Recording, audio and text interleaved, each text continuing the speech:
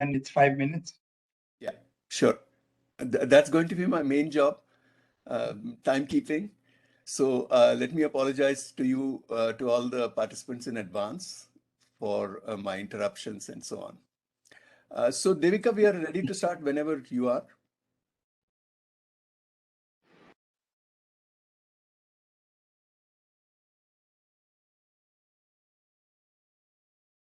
She's left it to you. Yeah, I think you may start, Satish. Oh, I see. I was waiting for a... Yes. Okay, so good afternoon, everyone. And welcome to the second session of this seminar on Kerala in the world economy.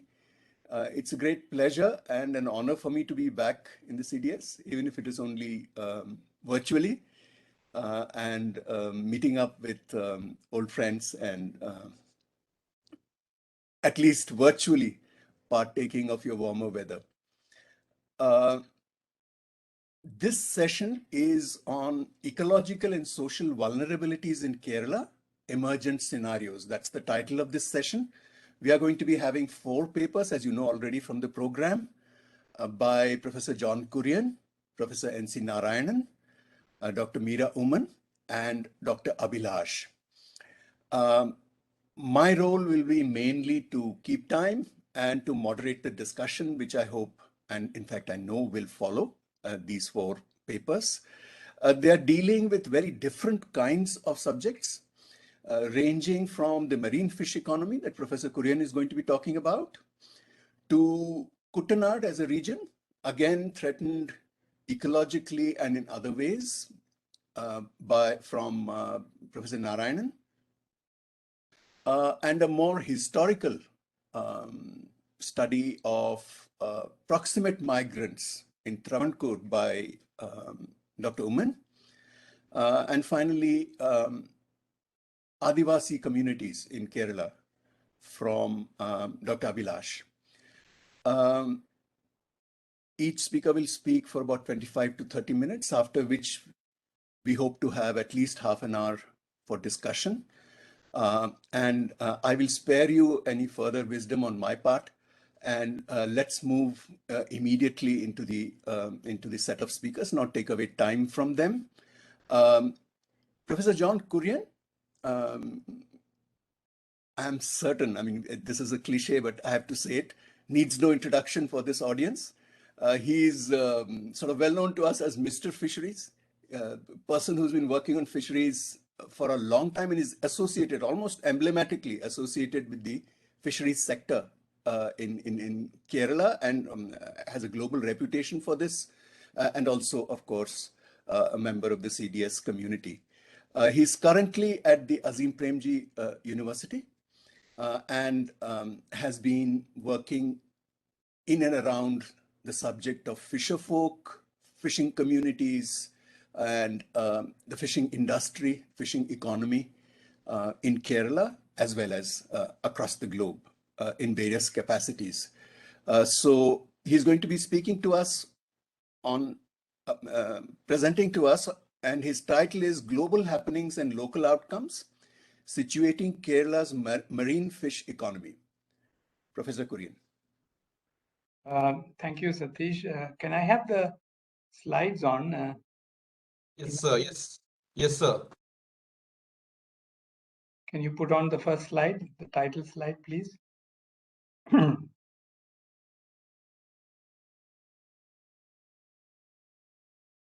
Yeah, and I'll tell you when to change, okay? Okay, so once again, thank you, Satish, and I want to express my sincere thanks to the organizers of this conference for meeting and requesting me to present this paper.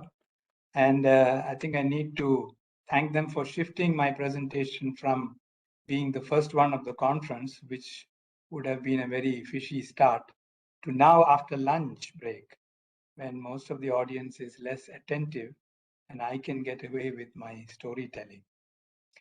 I have titled my presentation as Global Happenings, Local Outcomes, Situating Kerala's Marine Fish Economy into this narrative. Now, let me at the outset place a caveat before you. This is no research or academic paper. It is a long period narrative reflection and an attempt to show how one sector of the Kerala economy initially got connected to the global economy and how more recently those who labor in the sector, producing its output and wealth, are affected by more pervasive global happenings which resonate with every one of us today. Can you have the next slide, please?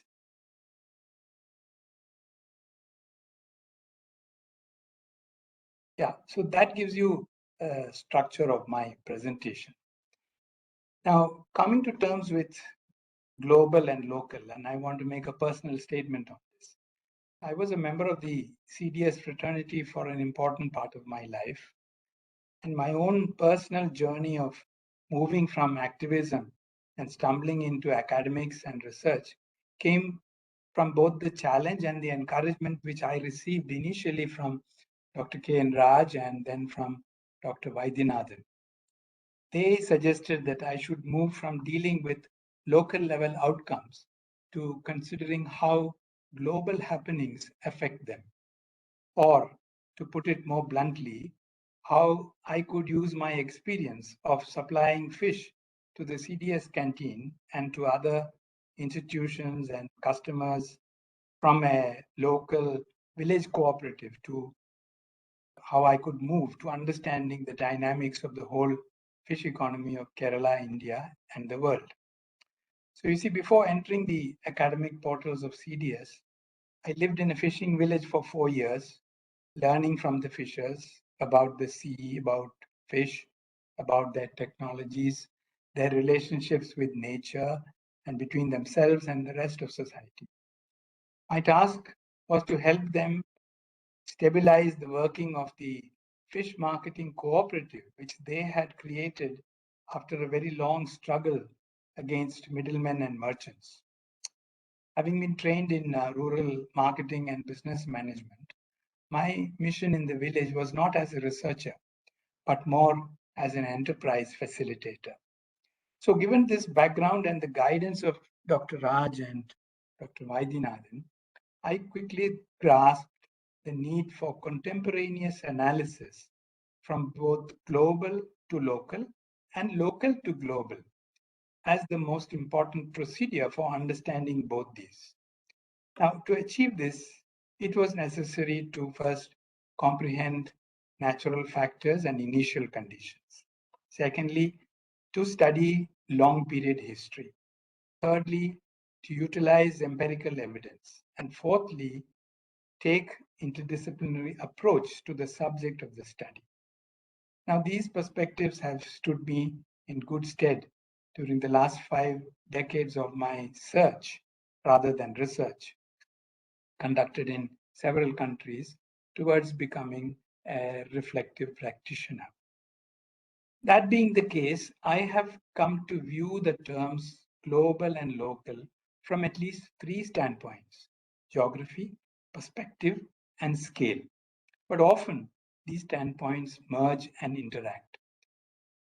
This, to my mind, and I would like you to keep also this in your mind as you listen to my presentation, which is going to focus on ecological and social vulnerabilities, which is the theme of this afternoon's session.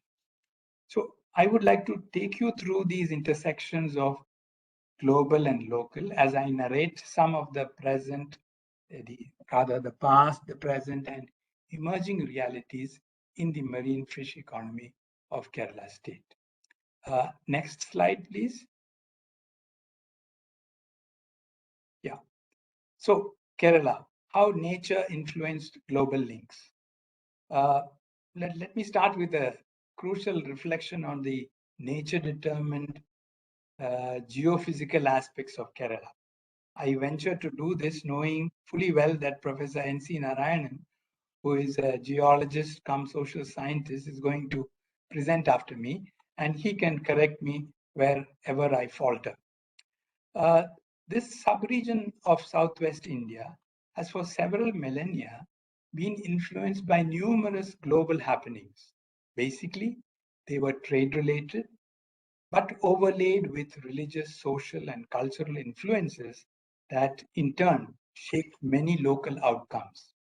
One of the most important factors accounting for these happenings and outcomes is the unique nature-determined geomorphology and natural resource attributes of this region.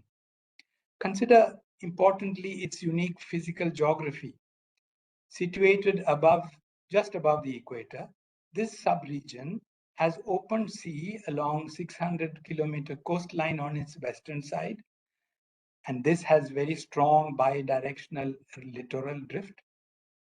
On the east, and just 65 kilometers in breadth on average, there is the densely forested barrier hills reaching a height of 2,600 meters. The result of this has been the creation of a near rectangular, sharply sloping geophysical, wet tropical containment zone of undulating terrestrial space, reaching the coast and in total measuring about 39,000 square kilometers. Consider also that the magnetic equator passes through the south of this zone and that the onset of the southwest monsoon starts here too. These are both important considerations for maritime transport right until the 19th century era of steam and mechanical propulsion. These essential geological features are the determining reasons why this subregion had greater exposure to other parts of the globe across the oceans rather than to the terrestrial mainland of the Indian subcontinent.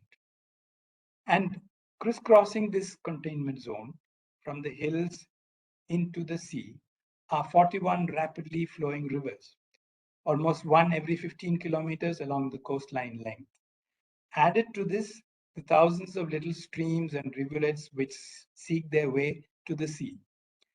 It is this aquatic reality which resulted in fresh water being uniformly available everywhere, making for the possibility of easy plant growth and dense human settlement virtually at any place.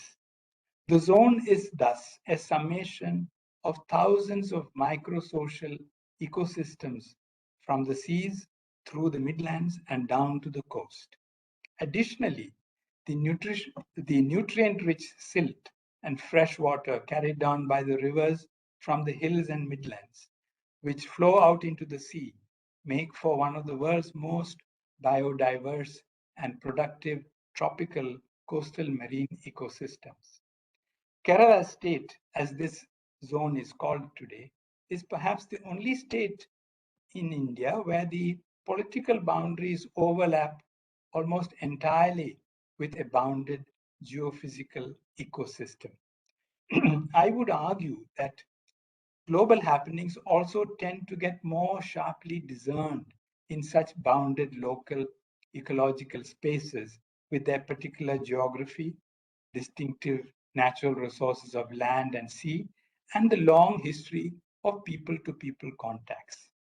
These local specificities and happenings can also give big cause for strong global influences spurring unique local outcomes, which I have called hybridized processes. This is not the time or place to get into details of this above proposition, but I was very happy to find reaffirmation of this idea in Amitav Ghosh's recent book, The Nutmeg's Curse. I hope at least some of you who are here know that Ghosh was a visiting fellow at CDS in the early 1980s. Let me get to the initial global happenings and Kerala's fish economy. And I want to place before you two rather unrelated global events of historical interest, which have spurred local outcomes in the fish economy of Kerala and brought it under the strong influence of global happenings at a very early stage in the economic development of India. Can I have the next slide? Yeah. So consider the first happening. In the Second World War saw the movement of armies, navies, air forces from the US and Europe to many parts of Asia. One of the important cultural outcomes of these movements was the adoption of culinary preferences of the Asian region among the troops and others. This has given rise to a food regime genealogy which we can trace back to this period. The rising desire for shrimp in the US and the European market.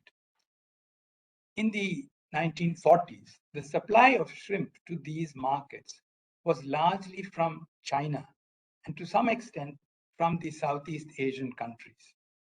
However, in 1949, with the Maoist revolution, there was a ban on food product exports from China. The world was suddenly deprived of the largest source of supply of shrimp. The imbalance in demand and supply resulted in both rising prices and the global search for alternative sources of supply. The state of Travancore was known for its bountiful shrimp resources in the coastal waters associated closely with this unique phenomenon of the seasonal chagara, the formation of mud banks in nearshore waters during the turbulent monsoon over which the sea becomes very calm. And this was mainly in the coastal regions of Alleppey. And what this resulted was in huge quantities of shrimp. The chagara was created because of the numerous rapidly flowing rivers of Kerala, which used to bring large amounts of nutrient-laden silt into the coastal waters. During the chagara, the amount of shrimp which could be harvested was so huge that much of it was used as manure for the coconut plantations, and a considerable amount was dried, sacked in gunny bags, and sent off to Ceylon and Burma. However, shrimp was then largely harvested seasonally when it came out of its usual dwelling places in the bottom of the sea called the demersal zone and into the upper waters, what is called the pelagic zone, in their search for food. The awareness of this potential new supply, new source of supply for shrimp became global news. Prospects for local efforts towards harvesting of this resource slowly began to emerge, and the real spurt in harvesting, but that had to wait for a second global happening at another realm on the globe. And so now to the second happening. At about the same time that China closed its borders, post-Second World War efforts were on to create the North Atlantic Treaty Organization, which even today is contentious. In Norway, which had a long border with the USSR, there was a sharp division among the citizens on whether or not to join with this defense alliance along with the US taking the lead. Now, parallel to this political initiative was also the endeavor being made in Norway to express solidarity with what was then called underdeveloped countries to help them in their economic construction efforts almost along the lines of the Marshall Plan. Now, under the leadership of the Norwegian Labour Party, which was in power, there was a consensus and popular pressure to undertake such technical assistance programs as an extension of Norway's social democratic solidarity ideal. With this objective, in the summer of 1952, the Norwegian Parliament established what was called the Norwegian Fund for Assistance to Underdeveloped Countries.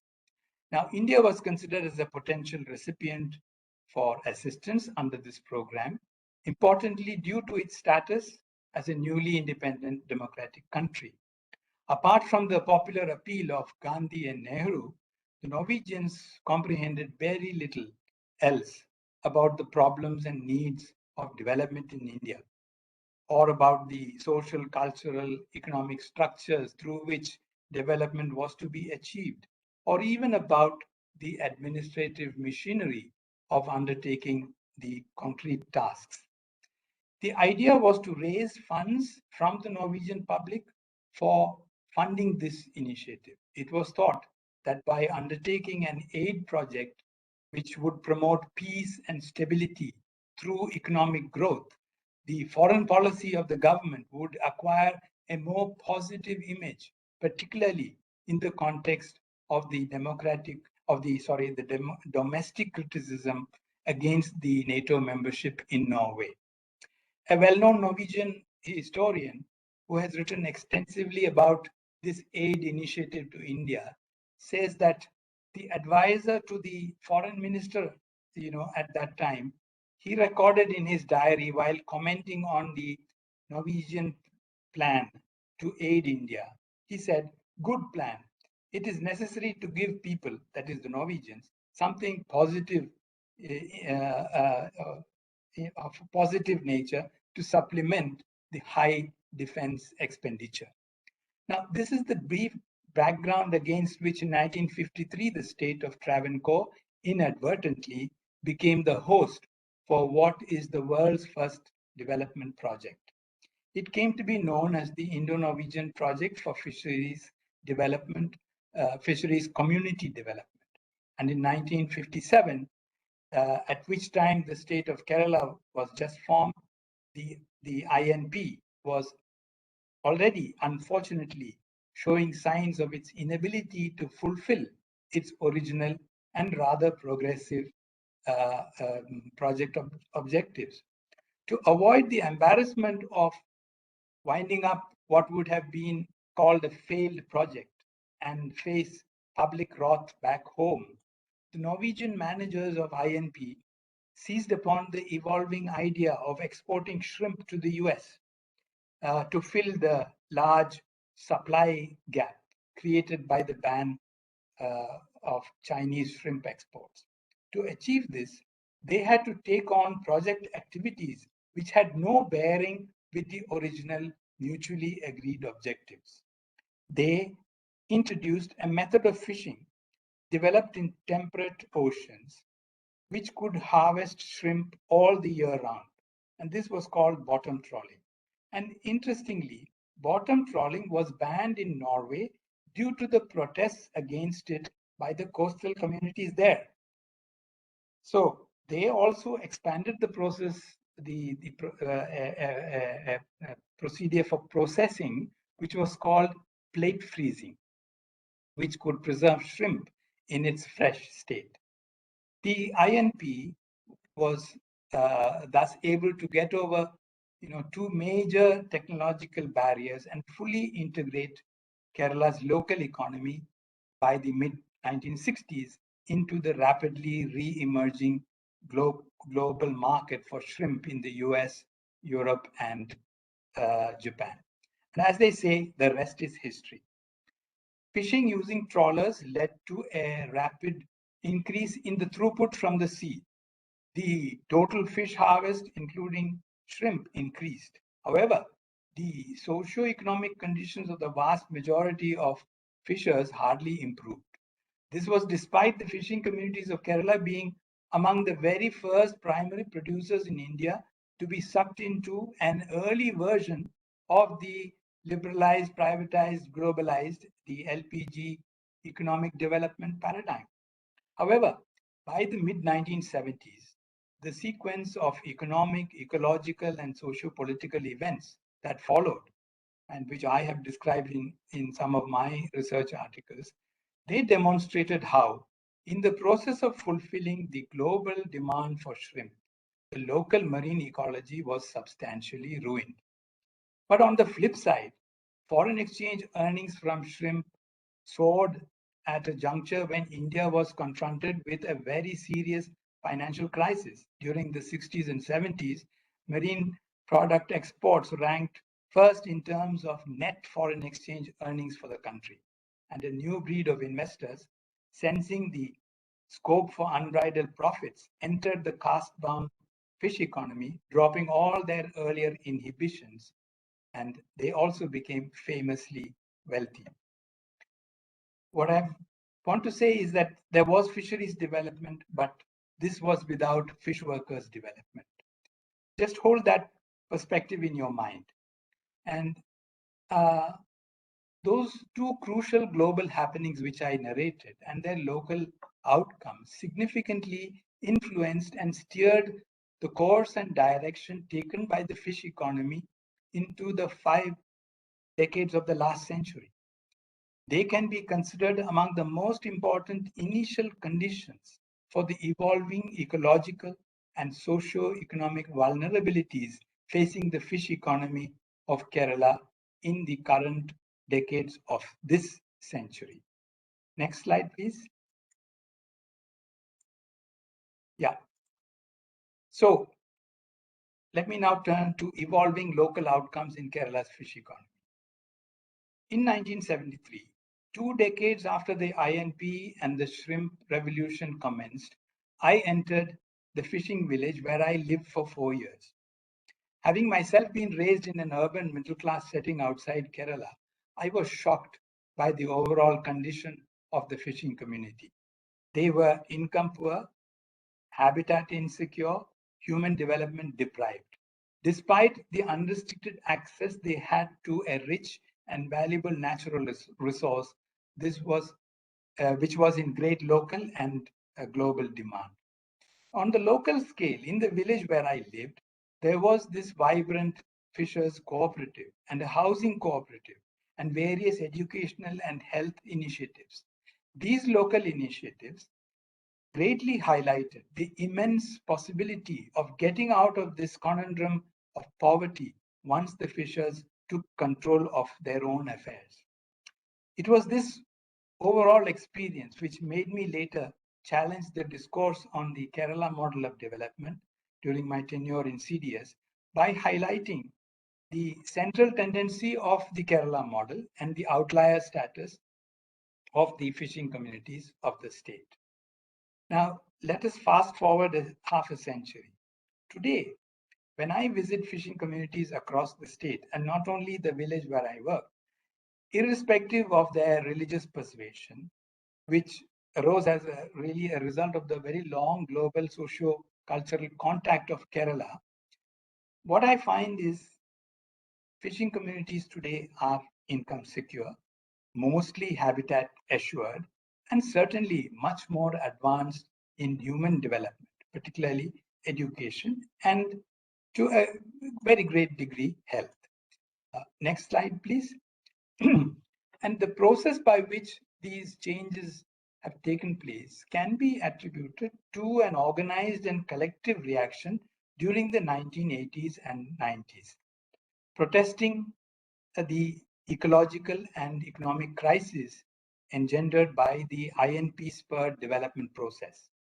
The fishers took to mass mobilization, cutting across religious and political identities.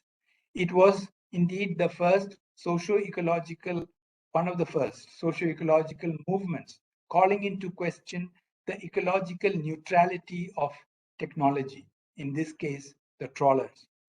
The movement was also pointed out to the biased political, the development priorities of the state and demanded that more attention be paid to fishers' development over fisheries development.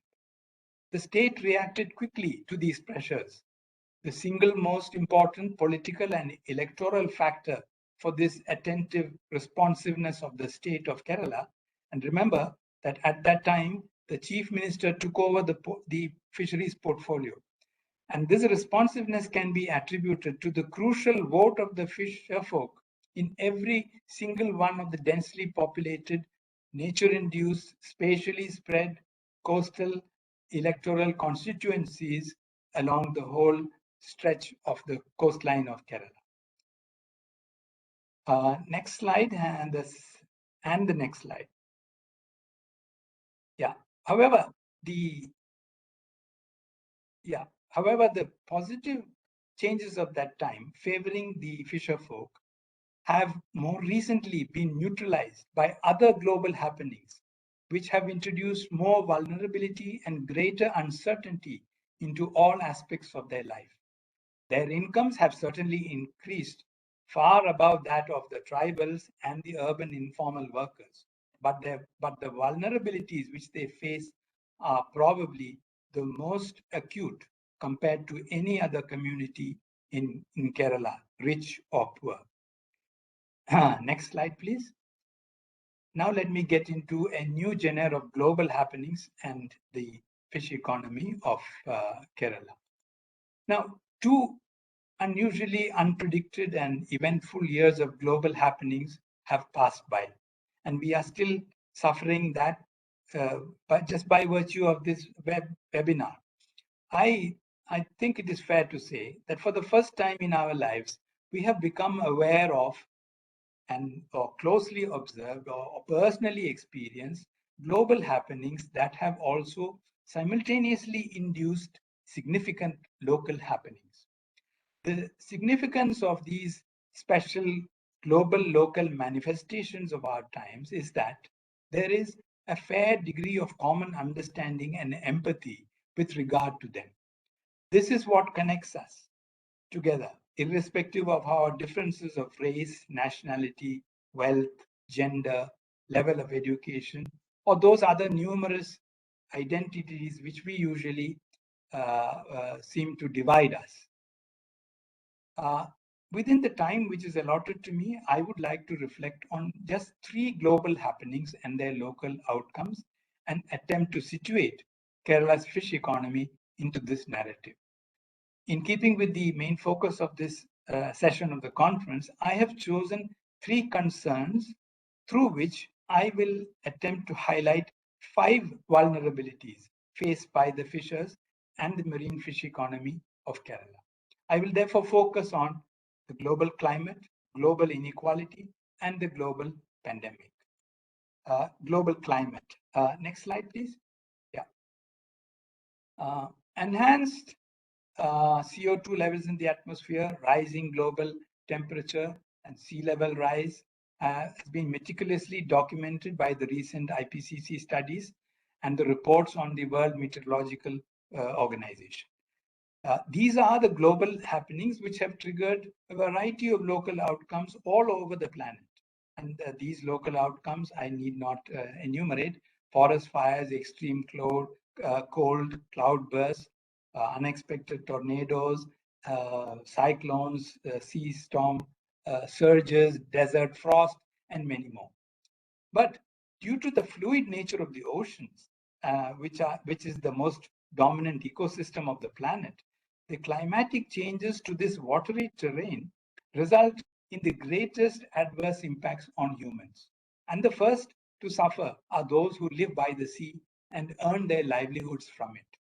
The local outcomes in the fish economy of Kerala due to global climate change are mainly in the form of 3 vulnerabilities: environmental, physical, and occupational, resulting from the happenings at sea and on the coastal land. Next slide.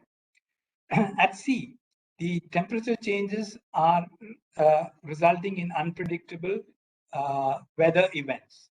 The impact on wind patterns and ocean currents are significant. This is affecting fishing spots and the behavior of fish. The fishers' all time-honored expectations about seasonal conditions of the sea are going completely awry. All the traditional ecological knowledge which fishers have accumulated about the ocean and its resources is being put to severe test.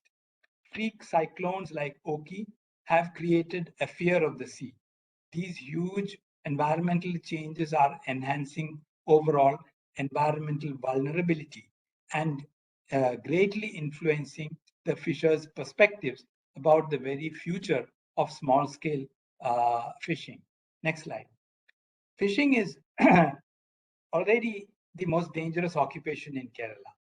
The fishers' physical vulnerability is on the rise. During the period 2015-2021, according to the data of the Fisheries Department, once in every 6 days there is an accidental death at sea. Many of the deaths are taking place today closer to the shore while setting out to fish. Discussions with the fishers point to a finger at the coastal structures, including those meant for fishing, being the cause of these deaths. The unpredictable pattern of littoral currents, the nature of sediment accumulation caused by these structures are also given as an important reason for loss of control over fishing vessels, leading to their capsizing and fishers getting trapped, leading to their deaths. The physical vulnerability on coastal land is not very different. Along the coast, as much as 63% of the Kerala coast is prone to erosion. And there is the increasing unpredictability of the sea and the altered wave patterns account for this. About 310 kilometers are already lined with expensive granite walls constructed by quarrying the hills of the Western Ghats. Gone are the days when 80% of Kerala's coast was composed of sandy beaches. A survey conducted by the Fisheries Department in 2018 shows that over 18,000 houses of fisherfolk are situated on the stony coast within 50 meters of the high tide line. And of them, about 20% of the houses, which account for something like 22,000 people, who are less than 10 meters from the high tide line. And I think these are the persons who are the most physically vulnerable in Kerala. And it's the women who really bear the brunt of that. Next slide. 5 minutes. Yeah, unpredictable weather has also resulted in fishers of Kerala facing huge occupational vulnerability. The IMD bans fishers from going to fish when they predict bad weather. And in 2020, last year, there were as many as 70 days of meteorological unemployment for fishers. One fisher went to the Human Rights Commission and said that he is entitled to an unemployment benefit of at least the minimum wage of 600 for the every day's loss of employment. The commission gave him a favorable verdict and notified the government.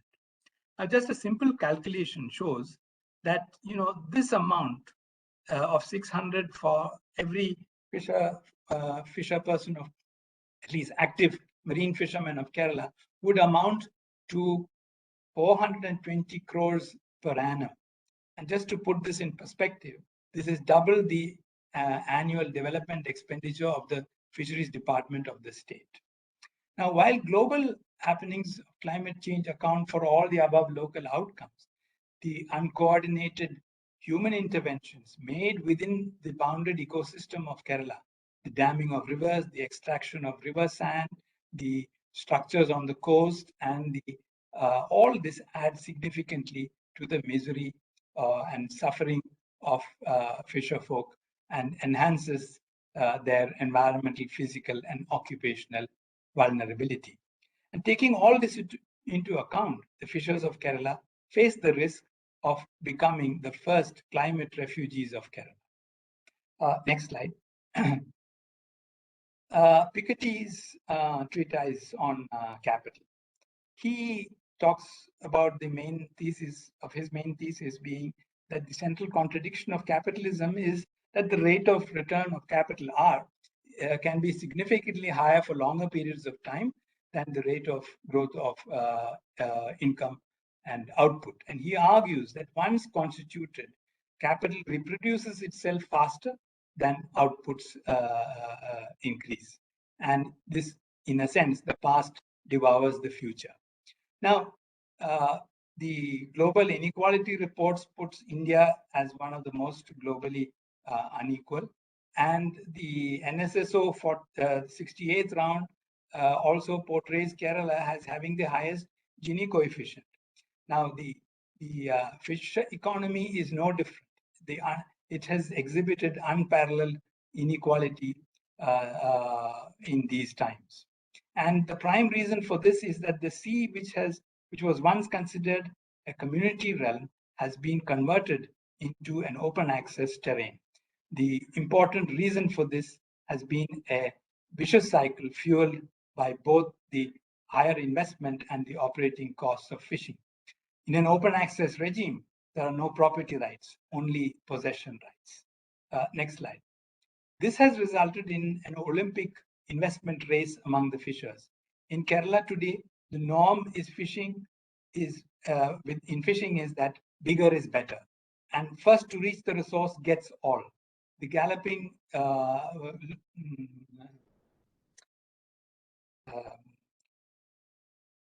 capital requirements for this economically mindless and ecologically unsustainable race come from two sources. The first is from investors, both within and outside the communities, looking for avenues to invest funds received from global remittances, unaccounted profits from sources such as the jewelry business.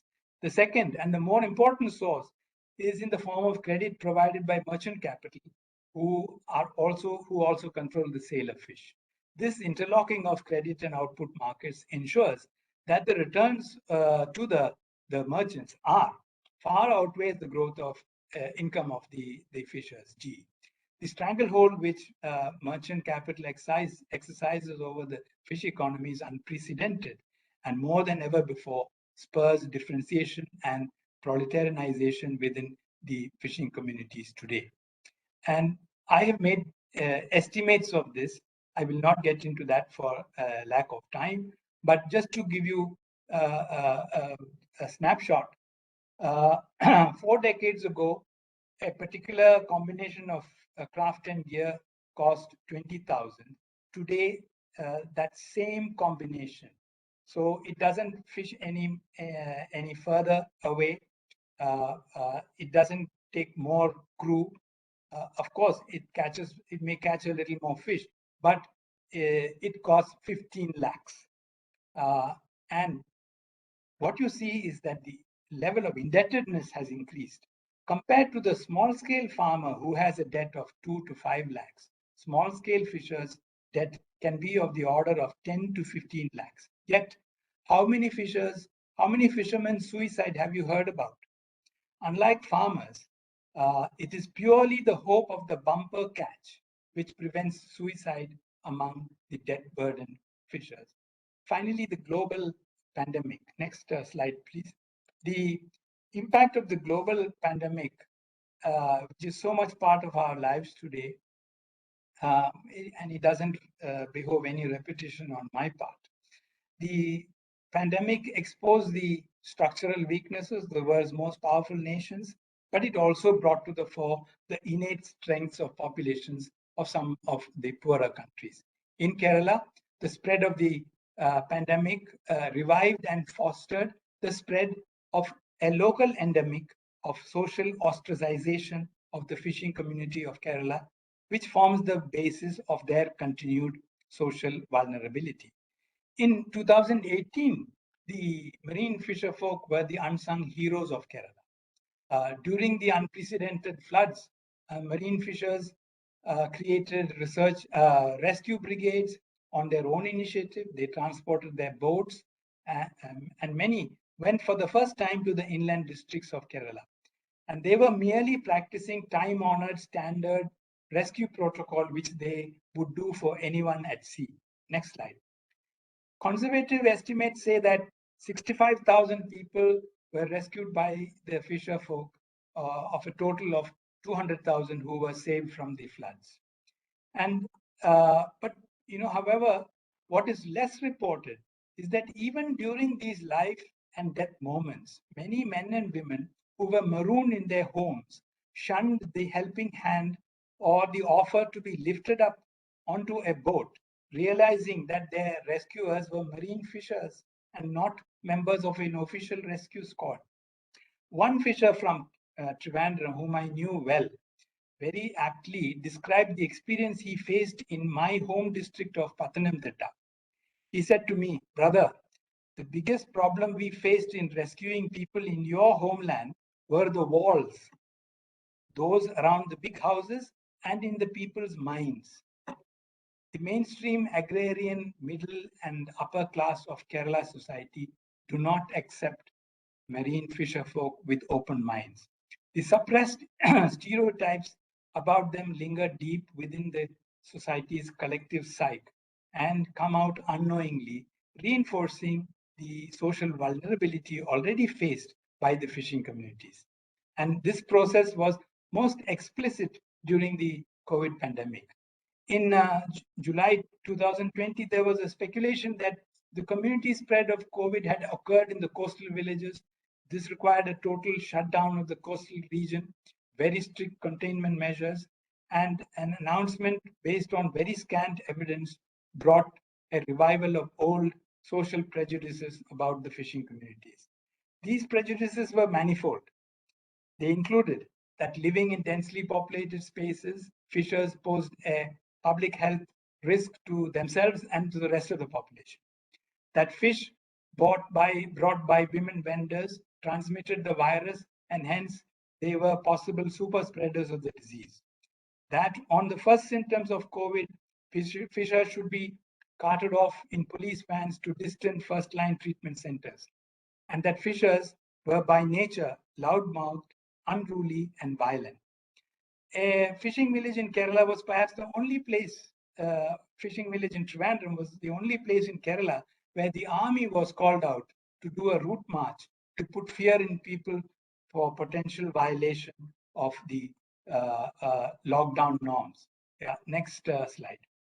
Interestingly, this is the same village where some of the most innovative measures to ensure safe fishing, orderly shore-based selling, and new approaches to such a sale by daily fixed shore prices, giving priority to small-scale women fish distributors was also adopted. But these actions were rarely given any publicity. Next slide. Yet in hindsight today, we have no explanation as to why the thickly populated villages did not become super spreaders, or indeed why the proportion of deaths in fishing villages were not anywhere commensurate to their population density or population numbers, despite the deficit of medical personnel in the coastal villages of the state. Yet the prejudices continue and the community's social vulnerability remains. Next slide. My own hypothesis is that it was a case of primarily nature to the rescue. And this is my hypothesis. Together with the high collective socio-cultural and adaptive resilience of the community, particularly of women, the high saline environment in which fishers work and live is a plausible reason for this unexpected but happy local outcome. A study of the geography of COVID-19 in Kerala and its link with ecosystem specifics and the bounded nature of Kerala's ecosystem is certainly an issue for detailed study to understand the global outcomes of the global pandemic. Satish, I am at my conclusion. And my conclusion, global happenings and local outcomes are conditioned by several factors, but nature, specific circumstances, and their long history of human interactions must be perceived and factored in. This is essential if we are to unravel and interpret the implications of current local outcomes of more recent global happenings, which have been far more all-pervasive. Addressing local outcomes today requires that we examine and interpret how they came to be in the first place. The economic and socio-political global happenings of the last century and the variety of global happenings of recent times have been cause for a slew of local outcomes in the fish economy of Kerala that have shaped its past and present. The future of Kerala's fish economy and fish workers is really at a turning point now. It can either take a very positive turn or it can decline further into greater ecological and economic unsustainability. This will affect the direction in which the overall long-term socio-economic development of the fishing community will take. I have recently discussed this issue widely with many fishers, scientists, administrators, and policymakers. And the general sense which I am getting is that all of them recognize that Kerala is at a watershed moment in the history of its marine fishery, and there is need for a collective approach to find a solution. Next slide, last slide. Yeah. Global geographical happenings across countries and oceans will continue to influence the fishery. However, there are concerns that local outcomes also need to take a global perspective, that is, to be more holistic. But that in terms of concrete actions, the priority is for the local scale, more vernacular, decentralized, and democratized. While global local dichotomies will always remain, these distinctions are becoming fuzzier in our world today. The need of the hour is for greater efforts for local initiatives because global happenings and local outcomes interact to produce hybridized processes, which in my narrative today focused on a bricolage of vulnerabilities affecting the fishing community. These vulnerabilities must be squarely and collectively addressed with political and economic resolve. Such an approach is warranted to factor in the unique nature-determined context of Kerala into the development practice in which both nature and humans are at the core. Thank you very much. Last slide. Yeah. Thank you. Yeah. Thank you. Thank you so much, Professor Kurien. My for sincere this. apologies for exceeding the time. You're forgiven, since there is only one John Kurien. And this masterly account, panoramic account of the fisheries industry or occupation as well as community could only have come from someone like Professor Kurien. So thank you very much. And we move on now swiftly to the next presentation by Professor N C Narayanan, who is a professor at the Ashank Desai Center for Policy Studies at the Indian Institute of Technology in Mumbai, and who works at the interface of technology development and policy. And his areas of interest include water, sanitation, climate policy processes, local governance, coastal wetlands, development theory, and political ecology. What Professor Narayanan will be going to be speaking to us on is understanding the spatiality of vulnerability, experiments in localizing climate action in Kuttanad, Kerala. Over to you now, Professor Narayanan.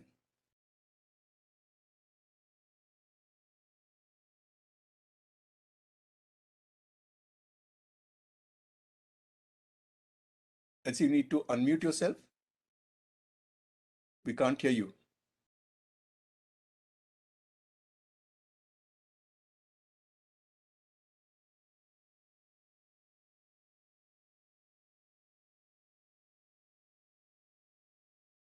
Could someone check Professor Narayanan's audio? Yes. Yeah.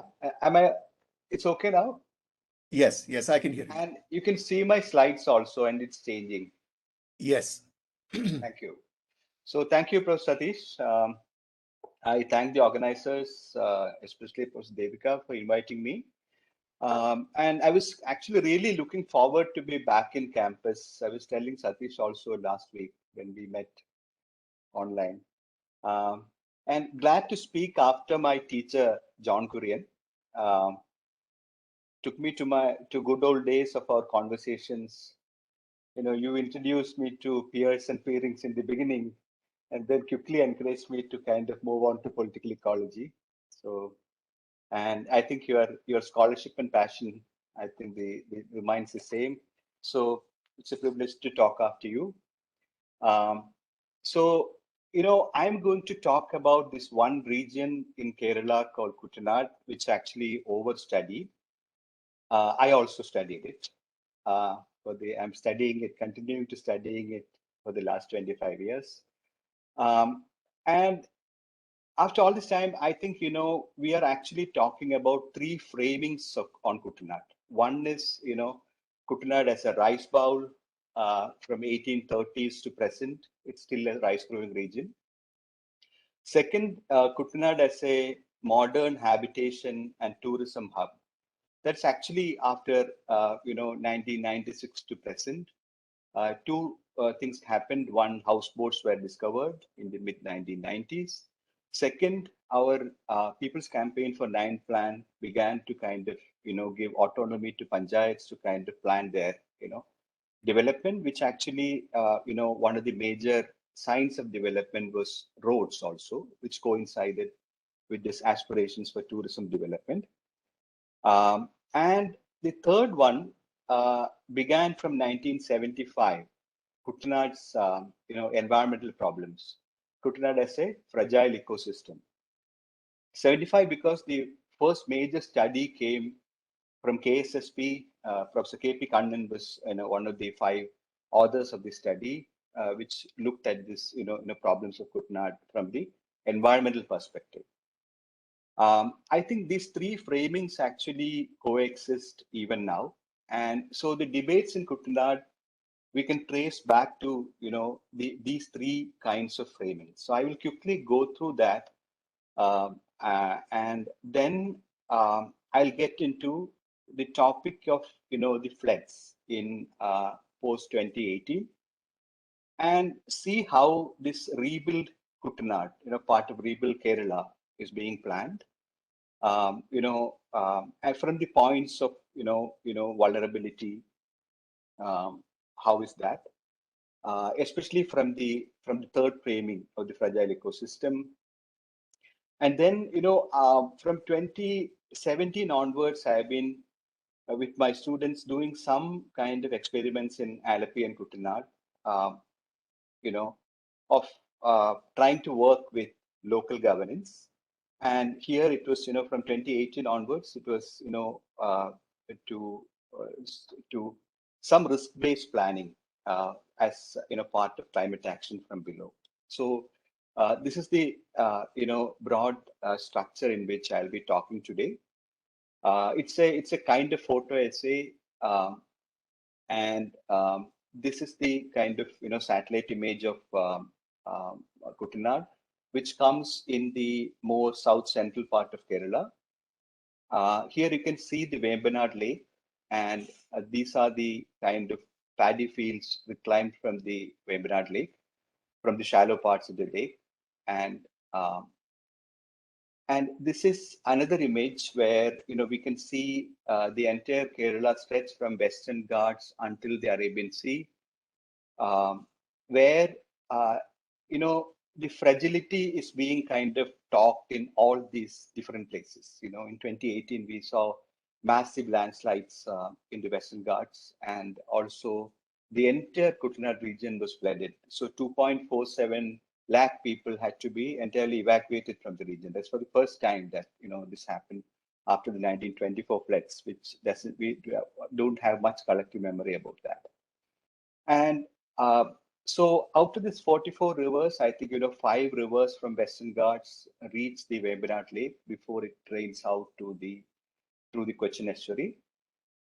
And Kuttanad is a basin below sea level.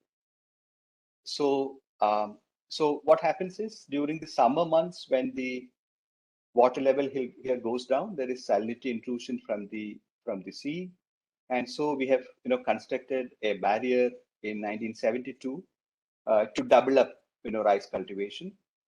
There is also a flood spillway in the south to kind of to drain out water during the monsoon time before it reaches this.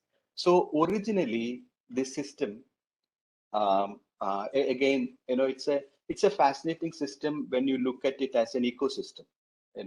It's the most biodiverse. It is 365 days underwater. So this rice cultivation and reclamation actually started in the 1830s. It was once in 2 years. Then it slowly became annual, especially after the Grow More Food campaign in the 1940s. And then Green Revolution in the 1960s, Alleppey was one of the districts selected for that. This actually kind of made doubling of this rice crop. And that's when these structures, the salinity barrier and the spillway. So water became an unnecessary thing in this ecosystem. where it has to be drained out as fast as possible. I think, you know, that came with the green revolution ideas of development. This is how the polders look like, and this is the kind of sequence of, you know, its evolution. This is how polders are made. You know, you hammer coconut poles around, then you drain out water, and then in the bunds, you know, you plant coconut, and then you drain it out with pumps. You know, it was, you know, first it was kind of water wheels like this, and then slowly diesel pumps came in the 1930s, and now it is electric pumps that's being used. And breach of bunds are the kind of, you know, major threat to this farming. So people are very kind of sensitive about it. From 1970s, this was the kind of earlier bunds, you know, the temporary bunds which used to happen every year, and this was replaced by concrete bunds from, you know, 1970s onwards, and which actually fragmented the ecosystem, you know, which we'll come to later. And green revolution, you know, the high yielding varieties, you know, high input cultivation, pesticides and fertilizers, and this is the huge salinity barrier, which actually kind of was built in the 1970s. And this is the story of, you know, the rice cultivation. That was the first framing. The second framing is actually infrastructure development. It's a beautiful ecosystem, so we need, you know, tourism. And this was, you know, houseboats were kind of discovered in the late 1990s. And it began to be kind of advertised as a, you know, global tourism hub, according to this Kerala government's poster. Resorts came in a major way, which actually wanted encroachments into the lake. The wetlands were to be made into dryland. Could you come closer to the mic? There's something changed about your audio.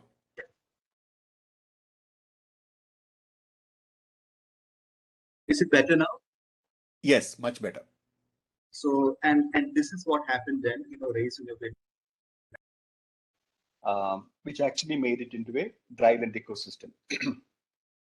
And 1975 onwards, this fragility argument also came in. A lot of studies about the environment, where the first problem was the loss of wetlands. You know, like almost 60% of the Vembanad Lake is actually reclaimed, which actually severely diminishes the water holding capacity of the ecosystem. Then salinity was pollution in the 1960s. You know, it's very interesting when we look back at the project proposal of the salinity barrier. Salinity as pollution. And in the 1986 onwards, a major Dutch study was there. They say that's the ecological master factor, including, you know, the migration of prawns, you know, all those got, you know, affected by this. And this severely affected fisheries as an occupation. So it was a rice-centric planning, which actually severely affected many other occupations like toddy tapping, you know, sand mining. These clams, you know, they all need salinity in the system. Duck farming, you know, these were all kind of severely affected, not only due to salinity, but due to the pollution also, which comes from this fertilizer and pesticide residues. Actually, you know, in the Western sense, these are externalities. Pollution is an externality. But in a rice-centric system, you actually kind of, you're dependent on this system for your daily needs, you know, like washing, you know, washing vessels, or, you know. So these are all kind of internalized into your system, which was a kind of, you know, insight that came from the 80s and 90s especially with the fish deaths that happened in the early 1990s. And bund racing I mentioned earlier.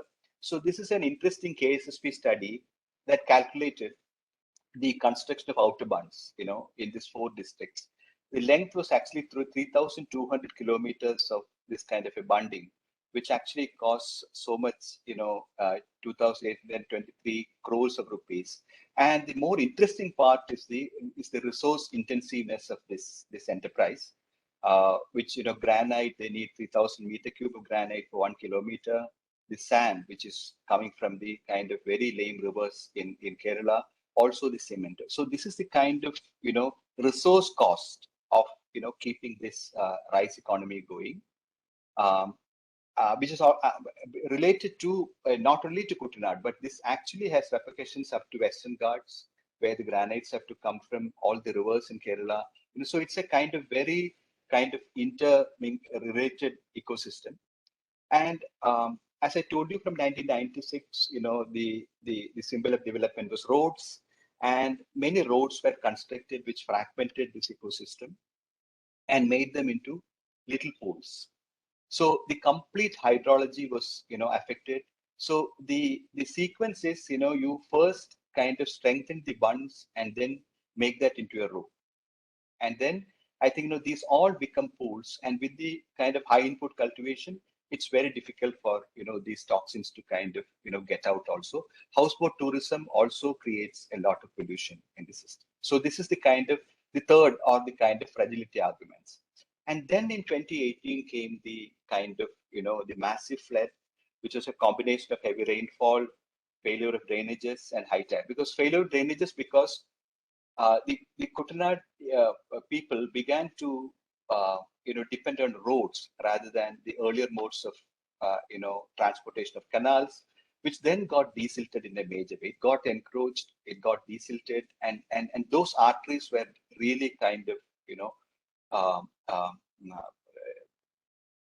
got clogged, and that's one of the major reasons why this floods happened. And then came the disaster management solutions. So we can also tell them as, majorly, two varieties. One, if you ask the local people, still they say that, business as usual. Floods are not new in Kutanad. We need better infrastructure. It's a very interesting, debates that are happening now. Is, the 2008 wetland rules are being relaxed now. And from one panchayat that we are working, there are 3,000 proposals for making paddy fields into dry land. And they need to be developed into dry land. They need more roads. They have the right to kind of live like any other parts of Kerala. The second, Rebuild Kerala, is a very consultant-led kind of an initiative where international consultants are making big plans. So one of the big infrastructure is a road from Changanasheri to Alapi, where so you can kind of speed along Kutanad, during a flood, and then people can maybe kind of get in there also. And there are other also which I'll come in. And third, the environmental extreme point of view is that you have to live with floods and slow evacuation. Leave land to the lake and rising sea, because another major threat is the sea level rise due to climate change, and Kutanad will be one of the most vulnerable regions, where the climate change is going to come. So macro solutions are the Dutch solutions, big pumps, and a big infrastructure. These are all the Dutch. They want compartmentalization, of the major folders around. They want the sluice gates and regulators throughout the Pampa system. So these are all kind of the massive infrastructure solutions, and they have their own kind of environmental and social externalities also, which I won't go through, because we have actually there are kind of lessons about the salinity barrier as well as the spillway.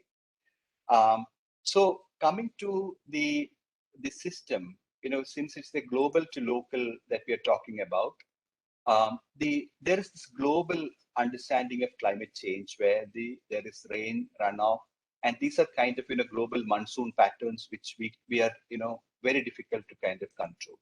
The second one is at the state level, where we regulate the salinity barrier and these ones. The structures there, at the level of the basin, from the dams down to the barrier.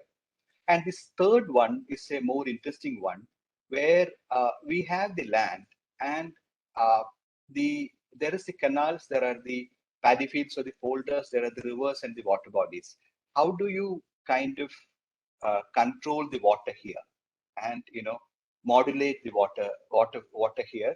That also can be very a very powerful way of looking at the floods. Especially after the 2018 floods, we had kind of very detailed studies where we compared these flash floods, which are the kind of one-off happenings, which are basin level happenings, whereas micro floods happen because of congested drainage, siltation of canals, reduction of water holding capacity of the folders, and due to encroachments. So we found that we need local data about this, and then there's a risk understanding at the local level, and there are panchayat plans that are made by panchayat. So can we do it at the local governance level, a risk-informed local development plan, which can then get state funding and larger interventions, rather than consultants coming as and telling about the macro projects. At least a portion of that can kind of come from below. This is the kind of IPCC understanding, the famous formula of threat, exposure, and vulnerability, risk as an element of that. And we divided that into different levels. This is the kind of more physical vulnerability. This is the kind of more socioeconomic vulnerability, and which then was divided into what kind of data we need to collect. So for the physical vulnerability, I think remote sensing is a cheap and easy way of kind of doing that. Social vulnerability, household data, and then if you have some plans, then you need very deliberative discussions like focus group discussions in gram sabhas and all. And this can actually give us an understanding of this hazards, vulnerability, and exposure, which when with government funds that are coming in, can we have local risk-informed development plans is the question. Otherwise, in India now, it is ending at the level of the collector, and it's all relief. So can we move on to a more risk-informed planning is the question. So we started with flood level data. Even during the floods itself, we were doing that. And the most interesting aspect was the flood inundation area. There's a massive rainfall, but the more important point is how much more days the flood level actually kind of persists in an area. So I think that is the more, and that actually gives us the need for these local level interventions, which are very needed. So the first one is the elevation map, which actually gives us the physically more vulnerable areas. Those are the kind of more low-lying areas, and which then we map roads and canals and infrastructure on the roads, like the bottlenecks due to bridges and things like that, which actually gives us hotspots of physical vulnerability in a map. And socio-spatial vulnerability is a part of Kuttanad's history, where the bunds were actually given to Dalit agriculture laborers who actually built Kuttanad, where there was very low levels of technology. And so these are the areas, these are spatially the areas which are most vulnerable to floods also. So you need a kind of more socio-spatial understanding of vulnerability to understand who gets affected by this. So this picture is actually very interesting. We had, different landforms mapped and the elevation, and then these are the kind of islands within, within the polders, which are actually given to agricultural laborers. And we found that all types of vulnerability actually, assembled there in a way. So this it's not only physical vulnerability, the socio-spatial aspects of vulnerability also is needed, and this would be done only at the kind of local level. And we say living with floods, and this is how the poor live with floods. It's so difficult, because and their lands are kind of much more at the lowest levels. So for maybe for 5 to 6 months, these are all. And then these are the kind of coping mechanisms that the poor have. They may put a kind of temporary pole or something there, and then I think more privileged, they are actually kind of raising the almost 2 meters, they can raise their, kind of new buildings, and they're using kind of, other kinds of material in their buildings.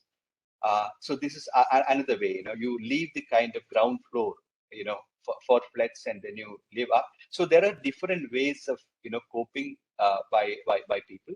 So I don't have much time to kind of get into the details of what we are doing, but this is at the level of panchayats. These are the elements that we are trying to work out. One is the biophysical vulnerability. What are the structural and non-structural interventions that are already there? What are the current interventions like bunds, adaptive housing, canal deepening, reconstruction of existing structures, culverts, bridges, roads? Look at them, how they are from a flood perspective. Second is socioeconomic vulnerabilities, livelihood support, Narayanan works, deliberative platforms like Gram Sabhas. Sectoral vulnerabilities, drinking water, sanitation, public health, most importantly, agriculture. Because when you want to kind of keep your agriculture going in the when there is a high rainfall area, that is when floods happen. So quickly, the polders also have to agree to kind of, make this water control possible. So I think, so we found that it's not the level of wards that planning is needed. It's at the level of these large polders where the real water control is happening. So how can and there's a very powerful committees also. These polder committees are very powerful. So how can the panchayats and these committees, work together in local governance is another question. And then of course, the infrastructure vulnerabilities that I talked about, how can this infrastructure-led, flood hazards, how it can be reduced and how these plans can be made. So, so this is how the risk-based planning from below look like. One, grounded in local physical, socioeconomic, and governance analysis. And we developed a model where student local volunteers led analysis of risk and vulnerability, risk at the intersection of hazard, exposure, and vulnerability. So this is, I actually made at least, kind of 10 of my students well-versed in kind of real development problems. And also we had some free winter schools where, almost 300 students from all over India attended.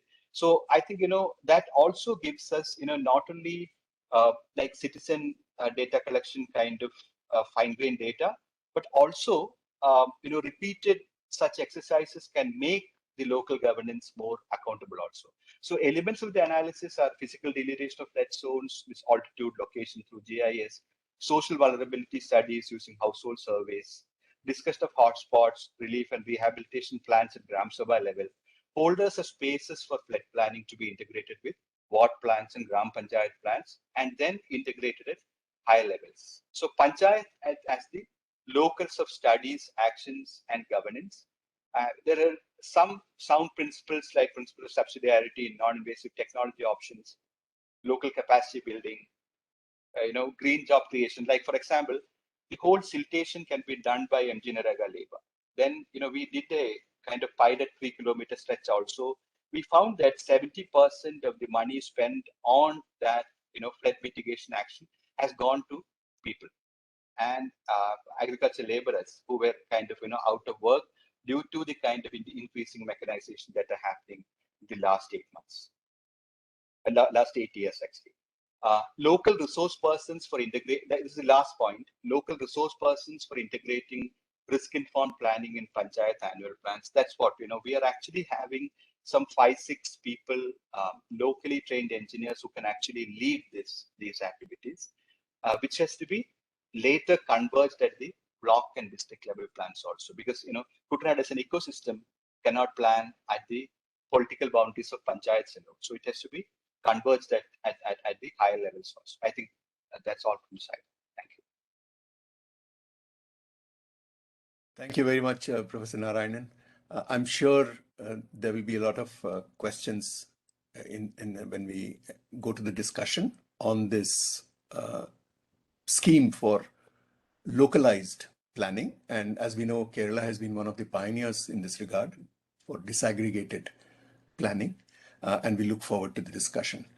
Moving on now to the next presentation, which is going to be by Dr. Meera Oommen, Dr. Meera Oommen was trained in the disciplines of geography and in life sciences, and since then she has moved into much more interdisciplinary set of concerns, which include environmental history, anthropology, and ecology.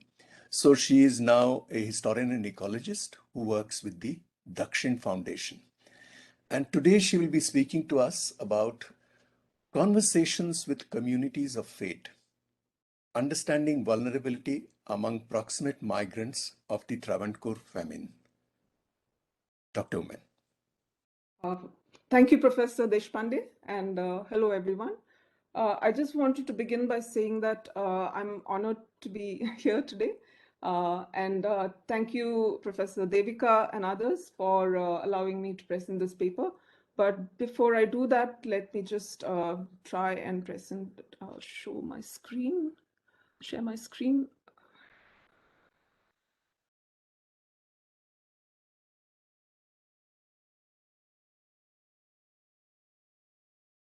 So I just wanted to see if my screen is visible to everyone. Yes. Yes, it is. Okay. Yeah, so today I would like to talk about long-term work which I've been involved with for over 10 years in the southern Western Ghats of Kerala. And the original purpose of my work was to try and understand conservation arrangements and opportunities in this landscape. And over a period of time, this led to a study of the roots of human-wildlife conflict.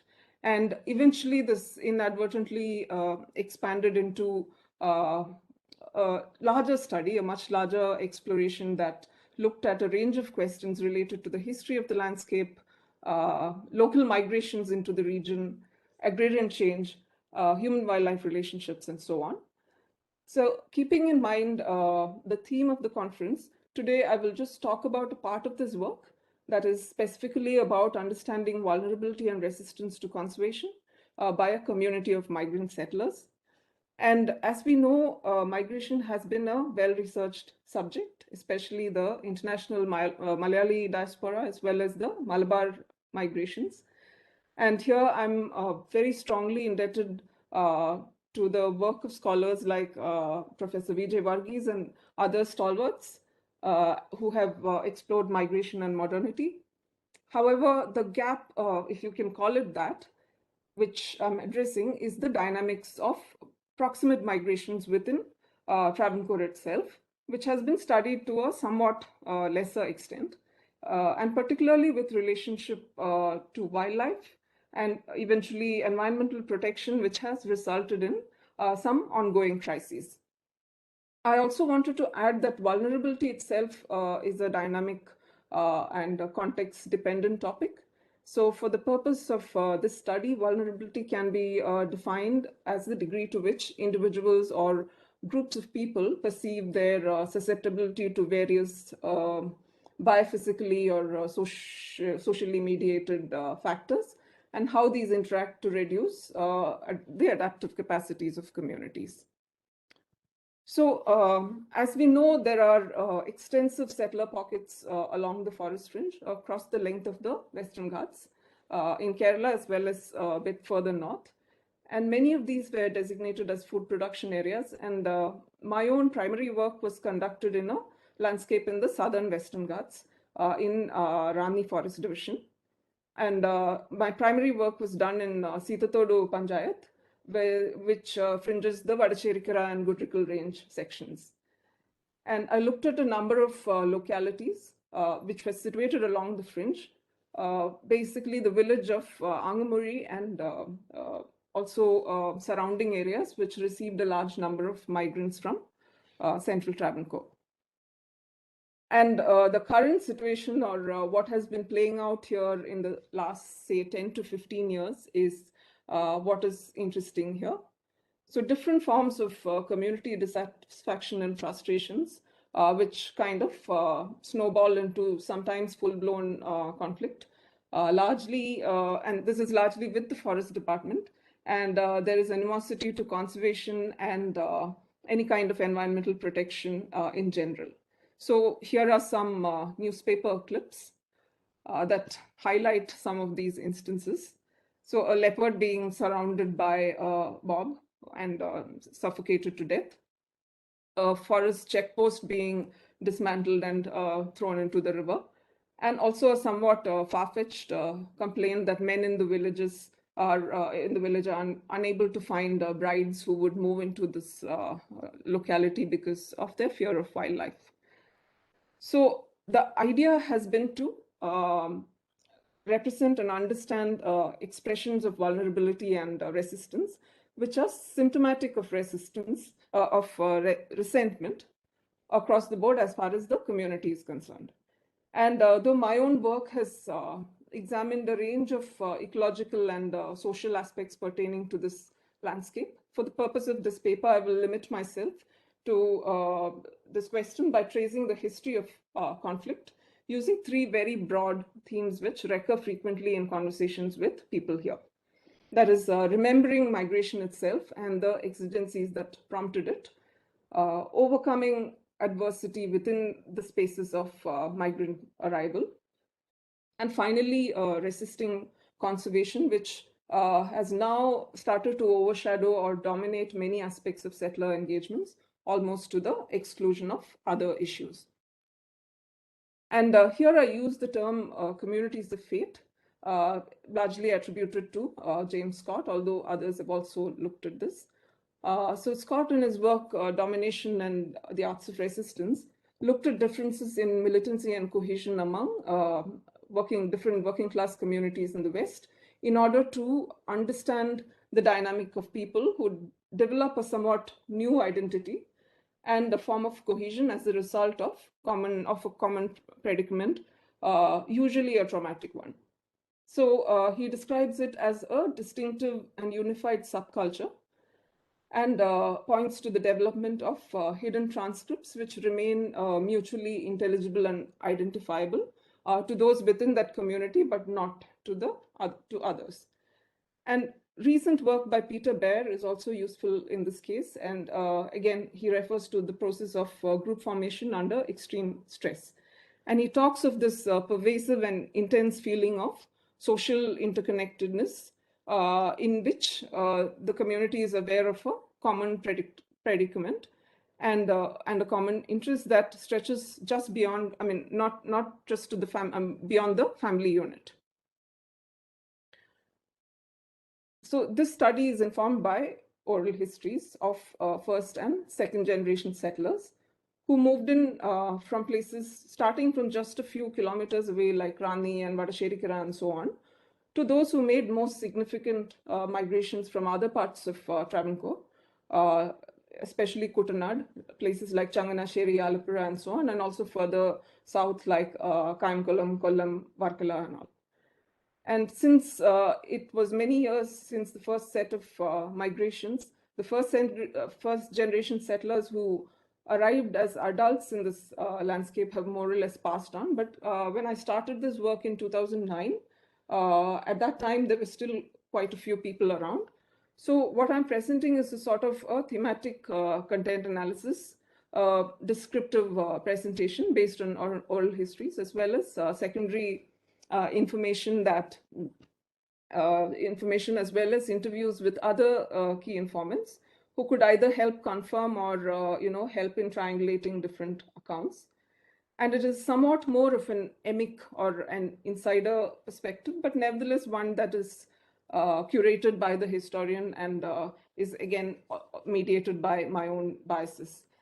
And it's a largely one-sided view. The opposing constituency here, which is the Forest Department, has not had an opportunity to voice their side of the story. And the department has its own justifications and limitations, and all of which are equally valid. So I will recount this as a very broad reconstruction of history from a settler perspective, with the caveat that even this changed and continues to change over time because of the interaction of changing experiences of memory, aspirations, and so on, which are very closely tied to a range of contemporary factors. And in many ways, it also shows that it is our impression of the present that shapes our ideas and memories of the past. And as most of us know, the broad background to the migrations around this period, that is the early 1940s onwards, is the Bengal famine and the Japanese occupation of Burma, both of which resulted in the cessation of rice imports into Travancore and Cochin, and also created food shortages in some other parts of the country. And I don't want to go into the controversial question of how severe the situation was within Travancore. There seem to be varying accounts.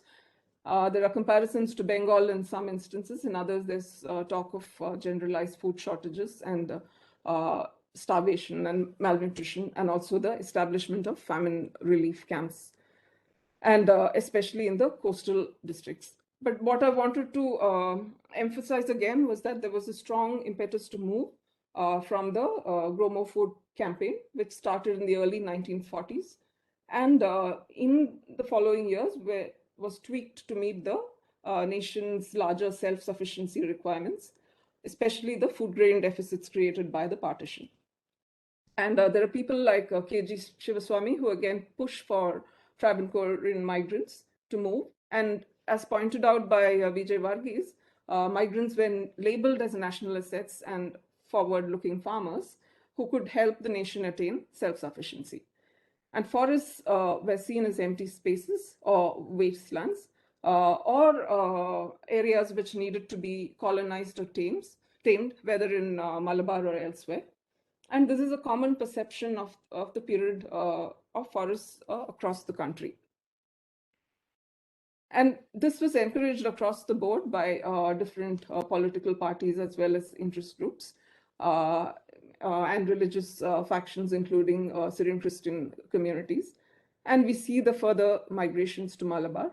And at the same time, we find that there were also these smaller eastward migrations to proximate locations within the Travancore Ghats. And many of these were of people who had very little means to actually reach Malabar. So a lot of the local stories in this region match the larger narrative that C.P. Ramaswamy Iyer gave the land, invited the landless, and so on. And most also admit that these were leases. And quite a few people talk about desperate situations in the plains, which their families were facing, and some do talk of starvation. And unlike the migrations to Malabar, where the migrants were moving large distances to a wholly new or alien place, people felt that making these shorter, often experimental forays was less risky. So they made shorter and more frequent trips into the forest, leased the land, and went back and forth for cultivation. And eventually they moved here permanently. And it was not only the very marginalized who got land. Once the news spread that land was available, more prosperous families also made this move. Often they were organized by someone who knew how to work the system. They managed to get ex-servicemen and scheduled caste communities who were given free land to sell it back to them at nominal prices, or others came and got leases in the name of all extended family members and so on. So you do have some forms of land grab, but not something as stark as what happened in Malabar. And unlike in the plains where settlements were segregated on the basis of, say, religious and caste divides, here you find that stronger social relationships were formed between people of different religious groups. And though land was allotted as a part of efforts of the NSS and also facilitation by the church, sometimes the initial move itself was carried out by groups that involved both Hindu, Muslim, and Christian families. And the social segregation which was prevalent in the plains kind of broke down, at least for a significant period of time. And those who arrived in the landscape worked very closely together. So settlers talk of helping each other with, clearing the land, setting fire to remove the undergrowth and the wood, constructing wooden platforms, and so on. And if one family ran out of food, they claimed that the others would pitch in and would share limited rations. So this form of brotherhood and fellowship was a very frequent common refrain, which turned up in the oral histories. And within this area, you also have the Nellikal Church and as well as Sabrimala Temple, and during the 70s and 80s, we know that this was a very restive space as there were disputes regarding the establishment of the church. But the settlers continue to claim that the local community here banded together, but it was the outsiders who caused problems. And however, if there's one thing which stands out most prominently in terms of hardships which the settlers had to face and overcome, it was the conflict with elephants. And this is the most frequent refrain in the oral testimonies. Whether they were asked questions about elephants or not, it was often the first thing that settlers talked about. If you did not specifically ask about this, they would find ways to bring up this issue. So what they say is that in the initial phases, paddy seed was broadcast under the canopy within the forest itself. And after clearing the land and firing it, rice was again planted as the first crop. And so for those of you who know elephant behavior, you know why this was more of an open invitation for elephants. And so settlers ended up having to deal with crop raiding even during the day. It was not possible for them to camp on the ground in most places. So the first thing that new arrivals did was to make these large wooden platforms, or irmadams as they're called, where families, especially those with young children, could spend the night in relative safety. And so that is one issue. The second critical issue in terms of local hardships was in securing ownership of land. So initially these were leases, and so the thing is that although these were initial leases, neither the forest department nor the settlers were really concerned at that point that this was the territory of groups such as the Malapandaram, the Hill Pandaram, and other forest dwelling communities. I'm not talking about this very significant dispossession that the forest communities faced in all this. That's another critical story, but I just wanted to acknowledge it before moving on.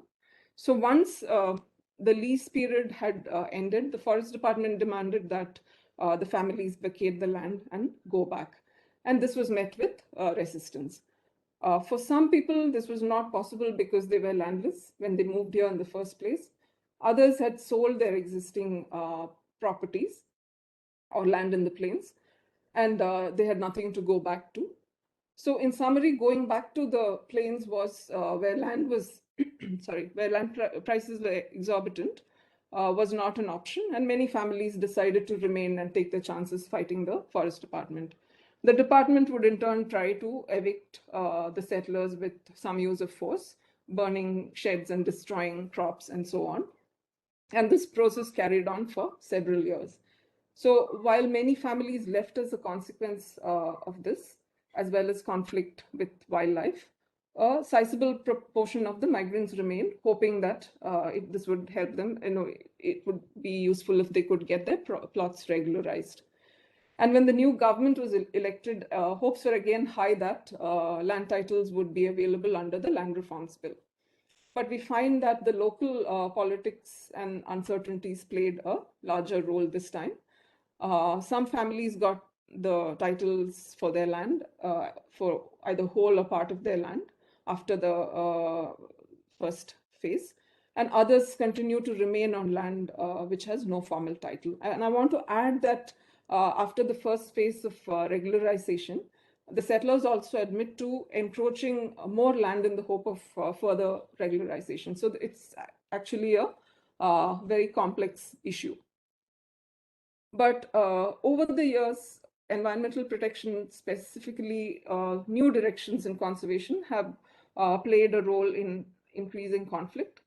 So after several years in the landscape, as the area opened up and as less rice was planted, elephant raids reduced somewhat in at least some of these areas. But most significantly, I feel that settlers became a little more better accustomed to the behavior of elephants, avoiding accidental conflict and direct confrontations. Elephants too have, seem to have learned to avoid zones of conflict, and their advances into cropland declined over the years. And in that respect, elephants are sometimes seen as starting to respect anthropogenic boundaries. In fact, some people, especially the older generation of settlers, remember them as if, fondly as if they were talking about old acquaintances. So at the same time, as settlers changed their agricultural practices, especially shifting to more tapioca and other tubers, crop raiding by other species, particularly wild pigs, became very frequent. This too was somewhat under control in the initial years, as settlers could hunt pigs and also enjoy their meat. But with the stricter implementation of the Wildlife Protection Act, things began to change for the worse as far as they were concerned. And we know that crop raiding by pigs is a persistent problem. And since their removal was not allowed, we find that this resulted in more frequent skirmishes with the Forest Department, and with whom they had already shared a difficult history.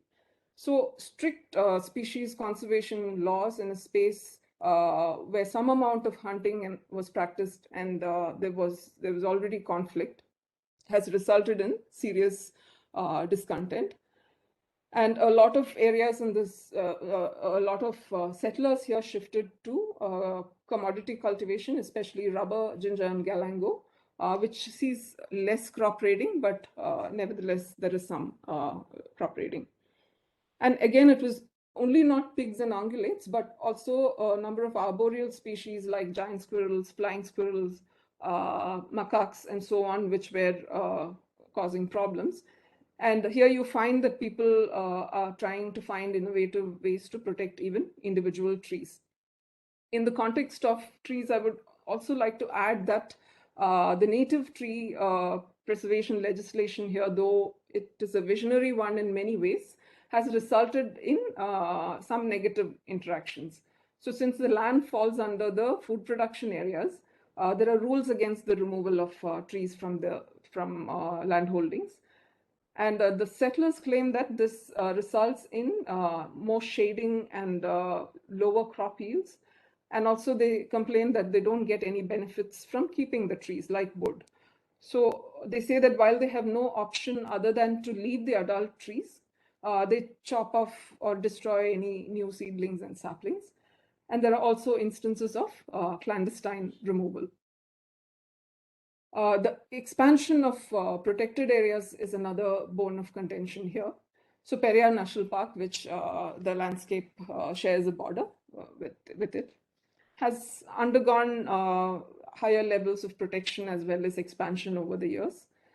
And although it doesn't directly involve them, the settlers view these outcomes as resulting in further stringent regulations or restrictions. So in 2007, I think, when the park was again expanded by incorporating some parts of Gudrikal range into the PTR, this caused a lot of consternation in the landscape as the settlers felt that the area of accessible forest was being reduced. And when further restrictions were imposed on the road to Gavi, because there was a lot of vehicular traffic going in, and the checkpost was stopping traffic, the villagers got together and dismantled the checkpost. So there was this huge scuffle. And things further escalated when a leopard that was caught feeding on the carcass of a dog in broad daylight was cornered by a crowd of onlookers. And among them, this local man who apparently was out on bail despite being accused in a murder case, pounced on the animal, and with the help of some friends, I think he strangled the leopard. So the Forest Department promptly arrested this youth and had him imprisoned, as this was a non-bailable offense. So although the stories differ as to the details, such incidents sort of signify the community's frustration with protected wildlife. Species of conservation significance then come under attack. And in the eyes of the local community, while the youth got away with killing a fellow human being, it was the killing of an endangered species that was treated as a more serious crime. So they questioned this favorable treatment of animals.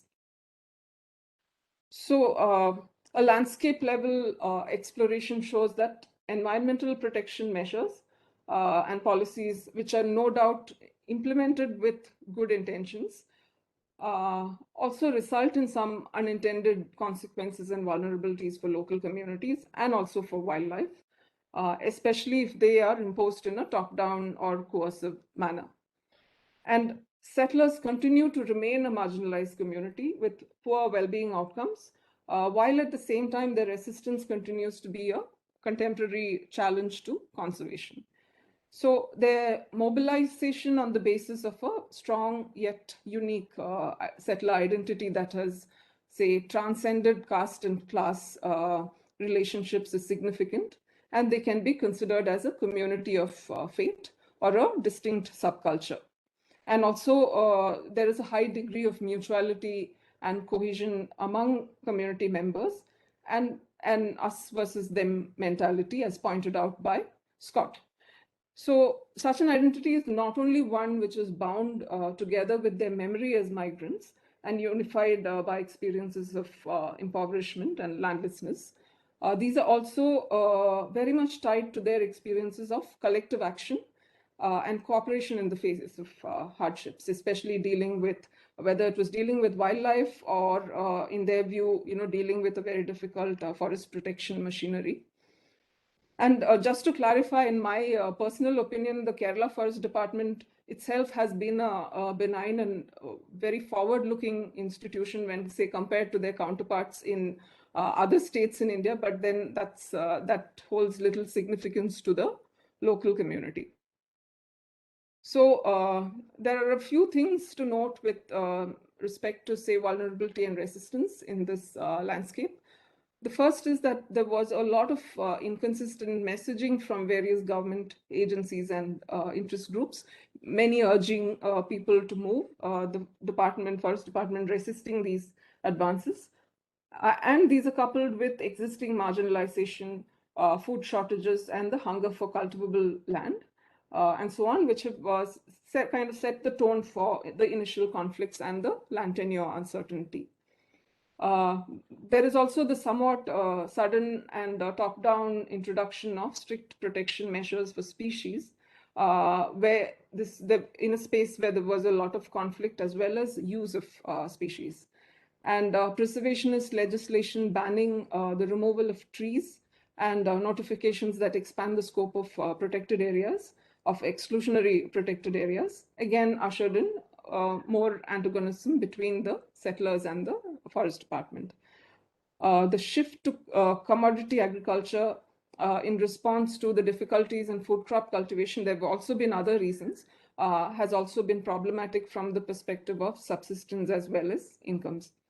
I also wanted to add that perceived vulnerabilities too are very critical to understanding the situation, as even though whether they are justified or not, perceptions of what drives action on the ground.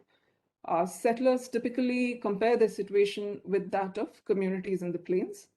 And a widespread impression among community members in the plains is that the plains, community members in this area, is that the plains have outpaced settler pockets in both development and progress, at least in the way that they define it.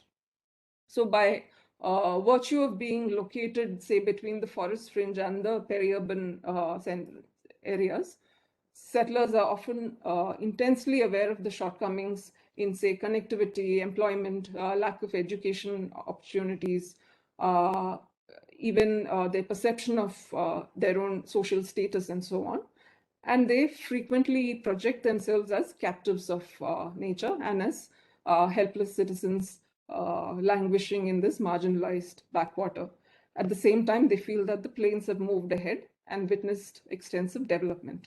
So in their opinion, they not only do they receive any of the benefit, do they not receive any of the benefits of development activities, but they are also forced to bear the costs of environmental protection. And this brings the issue of distributive justice to the fore. And people in the plains don't have to battle with wildlife and or guard crops at night, nor do they have as many restrictions on tree felling and so on. So I also feel there is a need to explore vulnerability and cumulative trauma from the perspective of studies that examine psychosocial and physiological impacts of on well-being of marginalized communities. So there's a lot of work on chronic versus episodic stress that can be used here. When viewed in terms of psychosocial well-being, the settler community can be characterized as having been subject to different forms of either enduring cumulative stress and uncertainty at any given point of time since their arrival. And in a situation that is typical to most rural communities in the low-income world, where the focus, if at all, is on more visible, tangible impacts, hidden costs relating to, say, health, nutrition, and well-being remain poorly compensated or even recognized. And in this landscape, therefore, there remains this urgent need to understand and maybe dissect relationships between historical nutritional deprivation, well-being, and health. And there's also negative stereotyping and social prejudices which the people from the plains have when they view the settlers. So I would like to end here, but also just to show very briefly for a minute or so some of the other themes of inquiry that I felt were important to look at to get a more holistic picture. So this work also included some amount of work on species-environment relationships, modeling based on linkages with behavioral characteristics of both people and wildlife, additional household level socioeconomic data collection for about 500 families, collection of information on land ownership, land use, agriculture, and so on. And some of these outputs include developing probabilistic models to make better predictions of species presence in different land uses, understanding the hospitability of different crop types and land uses for crop breeding wildlife, also securing some very basic stats related to different forms of traditional socioeconomic vulnerability from the survey data, and then putting this all together to develop what is known as an order of magnitude model of the system, which brings together different interacting components, including social, ecological, and historical factors. And this again is a very simple probabilistic network model, which can be represented using submodels and subcomponents and so on. And as I mentioned, to end, vulnerability itself is a dynamic and context-dependent issue. And in this study, I looked at how, say, socially and biophysically mediated factors could result in reduced adaptive capacities for people. And these include internal factors such as, say, conservation laws impacting the economic outcomes, subsistence options, or even physical safety, or even external factors such as how people outside, that is people from the plains, view them and they feel discriminated against. And I focused on a place-based framing of vulnerability, and especially on what settlers themselves define their vulnerability and disadvantages as, and which they say are impacting their adaptive capacity. Thank you. Thank you very much, Dr. Oommen. I'm sure we'll be returning to many of the themes that you have spoken about in the discussion, particularly your reminder about the phrase communities of fate. I'm sure it will be useful to talk about the other contexts as well. Let us move quickly now to the last paper in this session, which is going to be presented by Dr. Abhilash, who is part of the newest generation of faculty members at the Center for Development Studies. Dr. Abhilash has been working mainly, as I understand it, mainly around issues of forest rights and Adivasis. And today he's going to be talking to us about beyond romantic idealism, state intervention and inclusion of Adivasis in Kerala. Dr. Abhilash.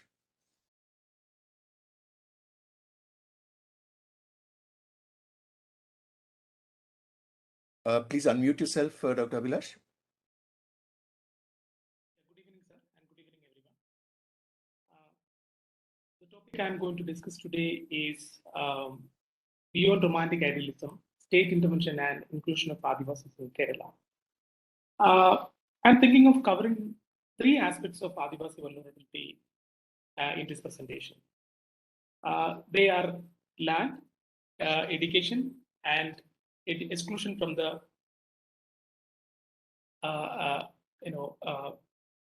new knowledge economy. How that is going to happen in their inclusion society. Before I move into the presentation, let me clarify the title first.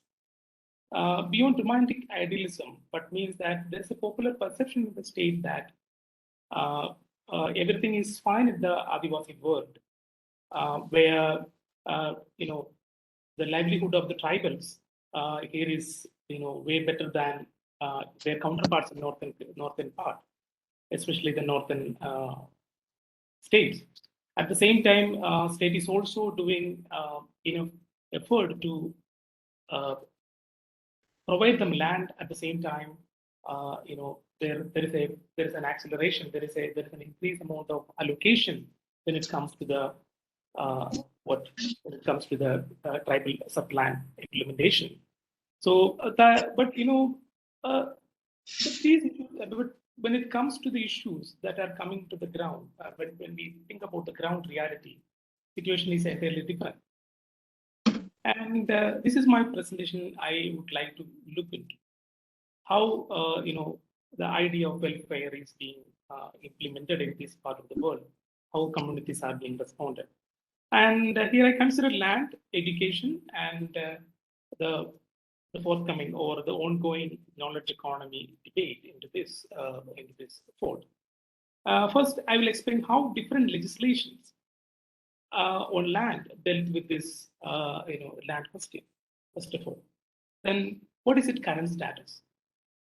The second one is, I will also attempt to look into the recent changes that is taking place in the field of education, the Adivasi education state. How that is affecting their inclusion in the field of education. Then later, we'll be talking about the new development models like the knowledge economy. And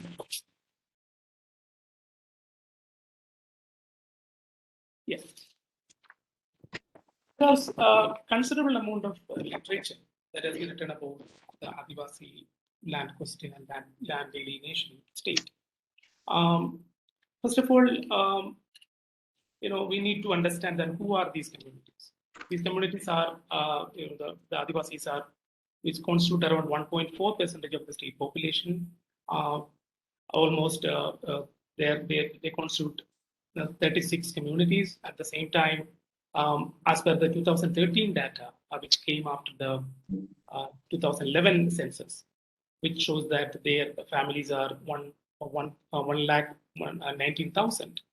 Among them, 4.7% were landless communities in 2013. When it comes to 2020, it is 10,000, the landless communities. So why I choose the legislations, because legislations are always give certain amount of understanding, certain amount of rights over the rights for the people. At the same time, legislations have there is a saying that the state has to act.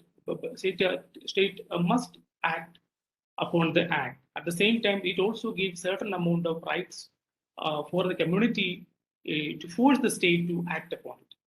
So in that case, when we see historically, there is a dispossession of their rights, dispossession of Adivasi land was very much pertinent in Kerala. And this has continued even after independence.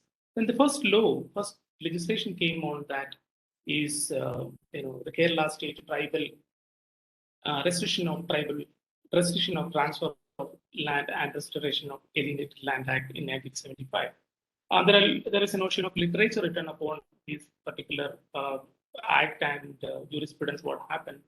And even the state as well as even the academies also say that never came into force as it was expected. And the implementation of this act was quite dismal. And then comes the Panchayat Extension Scheduled Area Act of 1996, which unfortunately Kerala did not implement it. Then comes the Forest Right Act. Normally, everyone holds it as one of the landmark legislation that aimed to correct the historical mistakes done by the state against the indigenous communities. And one important aspect of this act had gone through various levels of scrutiny by the right activists, political class, as well as like-minded. So the problem is that, like every state, Kerala also started implemented this Forest Rights Act in 2011. But when we look back almost after 10 years, the implementation process of this act did not go as the government or the community planned. It got stuck somewhere. Why? Because there are, as per the act, there are some certain local acts needs to be, changed or amended in consonance with this particular act. That did not happen. At the same time, large number of rejection in the case of because the act offers two kind of rights. One is the individual rights, another is the community rights, and these kind of rights were a large number of community rights were rejected. So that also created another issue. At the same time, the problem is that the community were given the rights, were given different kinds of rights earlier. So there is a lot of confusion exists within the communities, because 36 communities, occupational wise, the communities are entirely different, because they are considered, you can categorize them as settled agriculturers, hunter-gatherers, and wage laborers. So the occupational categories are also different. So in that sense, at the same time, there was an apathy, or there was a dislikeness from the state and the missionary side that this is going to be very difficult, which is going to create a very difficult situation for the state. At the same time, there is always an opposition that was taking place from the sides of other land departments, like the forest department and forest bureaucracy, so on and so forth. So in that case, the current status of this act implementation is quite dismal when we look back. And yeah, so this is the situation of Forest Rights Act. Those, if you want to have a discussion, we can have in the question and answer session. Then comes to the idea of this revenue records of rights, because there is always an assumption among the people that Forest Rights Act came in 2006, and there was also a demand for the land rights among the communities, even the land and the land rights. So always what happens at the public sphere, the land right, whenever somebody talk about land right or giving the right, it always talk about it. Always the discussion will always landed up in the discussion about the revenue land right. So most of this consciousness about the land right is always conditioned with this revenue land right. So what happened that in 2020, the government has issued an order to issue the revenue land rights to the communities who are living in the southern parts of the state, southern districts. That also created another type of issues among the communities and the skepticism. And so it also says that the Forest Rights Act, the titles given as Forest Rights Acts will be taken back. So that is a major issue. So in that case, if you see, when it comes to the land scenario, it is not that much promising. Why? Because as I told about the report, that came in 2013, which was an authentic report by the state after the census, which shows that around 4.7% of the people were landless. But the latest 2020 data shows that the landlessness or the landless families are almost 10,000. But at the same time, government is also doing a parallel effort by purchasing land and giving land. So those details we can have a discussion later. But the overall picture is quite dismal. So lack of inclusion in education. Why? Because whenever we talk about the tribal education, always the issue of dropout comes into our mind. That is what the discussion is always taking place in the public sphere. Dropout is largely related to the dropout at the primary level and the secondary level, then high school level. These are the dropouts. But what happened in 2019? What happened around 2,442 students appeared for matriculation exam, and around 2009, the students became eligible for the higher secondary admission. But only the seats were only available, or the available seats were only 529. So in that case, the students from this district began to protest, and that became an issue, and it came to the limelight. Media began to report it. Then later, what happened that the same year, government has issued a separate order to admit more than 400 students in the classes. So that issue temporarily resolved. But the problem is that the report, especially when we inquire about this particular issue, what happened that the issue is much more what we imagine. Why? Because this earlier assumption was this was due to the COVID. Later, sorry, this issue happened in 2020, right? Okay, I mismatched the date of the year. So it was due to the COVID, but the situation was much more complicated, and it was existed much before the COVID. So the case is that what happened was the Idukki district. There are 5 districts in which we have maximum number of tribal population. One is Idukki district, is the center of Travancore nearby. All are in the Western Ghat region. Then Palakkad, then Wayanad, then Kasaragod. It comes like that. So the Idukki district is the worst hit district, where around 33% of the students were excluded, because earlier the kind of dropout was happening, like they were not in a position to access the issue of access to education. The issue of access to education means that the distance to their school, the students from their village or from their hamlet, it was very far, or they were not quite interested. Now the issue is that they have completed education, and they have passed a very significant examination in their life, and the next level they are not in a position to include themselves. So this created another major issue. So what happened that when I did my field work in between, what is happening to these students? How these kind of exclusions are taking place, the new forms of exclusion. These are the shifting terrains of exclusion. How that is happening?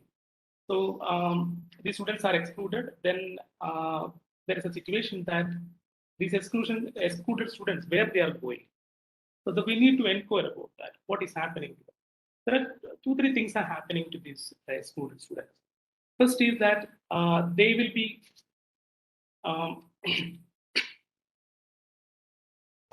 taken to the later part, at the middle of the semester. They will be admitted. They will be given chances to appear for massive admission festivals that will be happening in every district headquarters at the middle of the semester, where they will be given, the seats, especially the science and mathematics seats. And at the same time, you have to remember one thing, that the students normally don't take economics and mathematics at the same time science courses. Rather, they prefer the social science courses because of the kind of education they get at the ground. So at the same time, they will be given a new course, and they will be admitted in a school somewhere far away from their houses, and they'll be joining in this particular school where the academic year has already been started. They'll be joining at the middle of the semester. Then what is going to happen? They were not in a position to cope up with the situation, and at the same time, there's another structures of exclusions are also exist, because these days, since last 5 years, what we are expecting is that a lot of online applications and online, everything has gone to online. In that case, the system generated application forms which need to pay application fee separately. In that sense, it's very difficult for them to pop up. At the same time, the e-grant system. The e-grant system is also a problematic thing, in which the stipend and the pocket money will be given to the student. At the same time, the tuition fee and other examination fees will be given to the institutions. But the problem is that most of the tuition fees are always high in many autonomous institutions. In that case, what will happen, that the institution will demand the students that, so they are from a vulnerable background, you have to pay the fee in advance, upfront, and you'll reimburse when your money comes from the state government. So in that case, they are not in a position to pay the money, and there is a chance of dropping out. So that is what these are the upcoming issues. The structures of new exclusion that are in functioning in structures of education. So then the other students, what happens, that there are another group of students, they might get admission into the ITIs or the industry training institutions, which is supported by the state government, especially this additional skill acquisition program, which is called ASAP, where they will be admitted into some private institutions where they will be learning some skills of like automobile or diploma in automobile, diploma in electronics. So they will be getting a placement somewhere in the cities far away from their homeland. And the problem is that these kind of placements are for contract basis, where job security is not always respected. At the same time, they will be given very less salary, and the working conditions will be very worse. They have to come back, and finally they will come back, and they will end up in the army of wage laborers, those who are going to different parts of. If you are in northern Kerala, they'll be going to Kudag in Karnataka or Coimbatore somewhere else. So this is what things are happening with these students. But the problem, that are also persist in this particular system, because even the NEP, National Education, National NEP 2019 says that by 2035 we will be giving maximum. We will be making maximum number of autonomous colleges. In Kerala, we have almost 26 autonomous colleges, where the notification of the admission procedure is not homogeneous, is not taking place or is not advertised promptly. And the problem is that there has to be a separate notification for the recruitment of these students from vulnerable background. That normally doesn't happen. And the admission procedure of the colleges are always differ from one place to another, or one college to another. In that sense, people belong to the vulnerable background, those who are living in the forest and the remote areas. We are not in a position to access this information. and they will be given advertisements in some local newspaper, and nobody will appear, and they will convert these seats to the management quota or general quota. So when it comes to the university level, that is also a system of an issue of concern, where there is a lack of a liaison officer who looks after all these particular issues.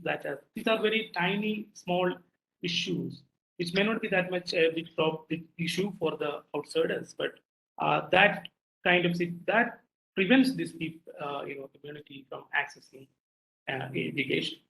So this is what all about education. Then what we learn from these experiences. So that is what we need to think of. So the changing nature of vulnerabilities. Earlier, beginning from the okay, we had legislations which is not properly implementing, and at the same time, there is a legislation that is almost implemented in halfway. At the same time, they are not in a position to do it further. Changes in the existing scenarios, existing rules and regulations that are existing in the state. At the same time, you have given a certificate to the people. I'm talking about the land case. The certificate is a useless one, and you are not in a position to use your land productively. You are not able to cut down your trees. You are not able to use the financial. You can't make it as a financial asset. So these all issues. When it comes to education, the level of because earlier the dropout was there in the school level. Now there is a different kind of mechanism that is evolving at the higher level that prevent people from accessing this education. So the core story is that the visibility of Adivasis are quite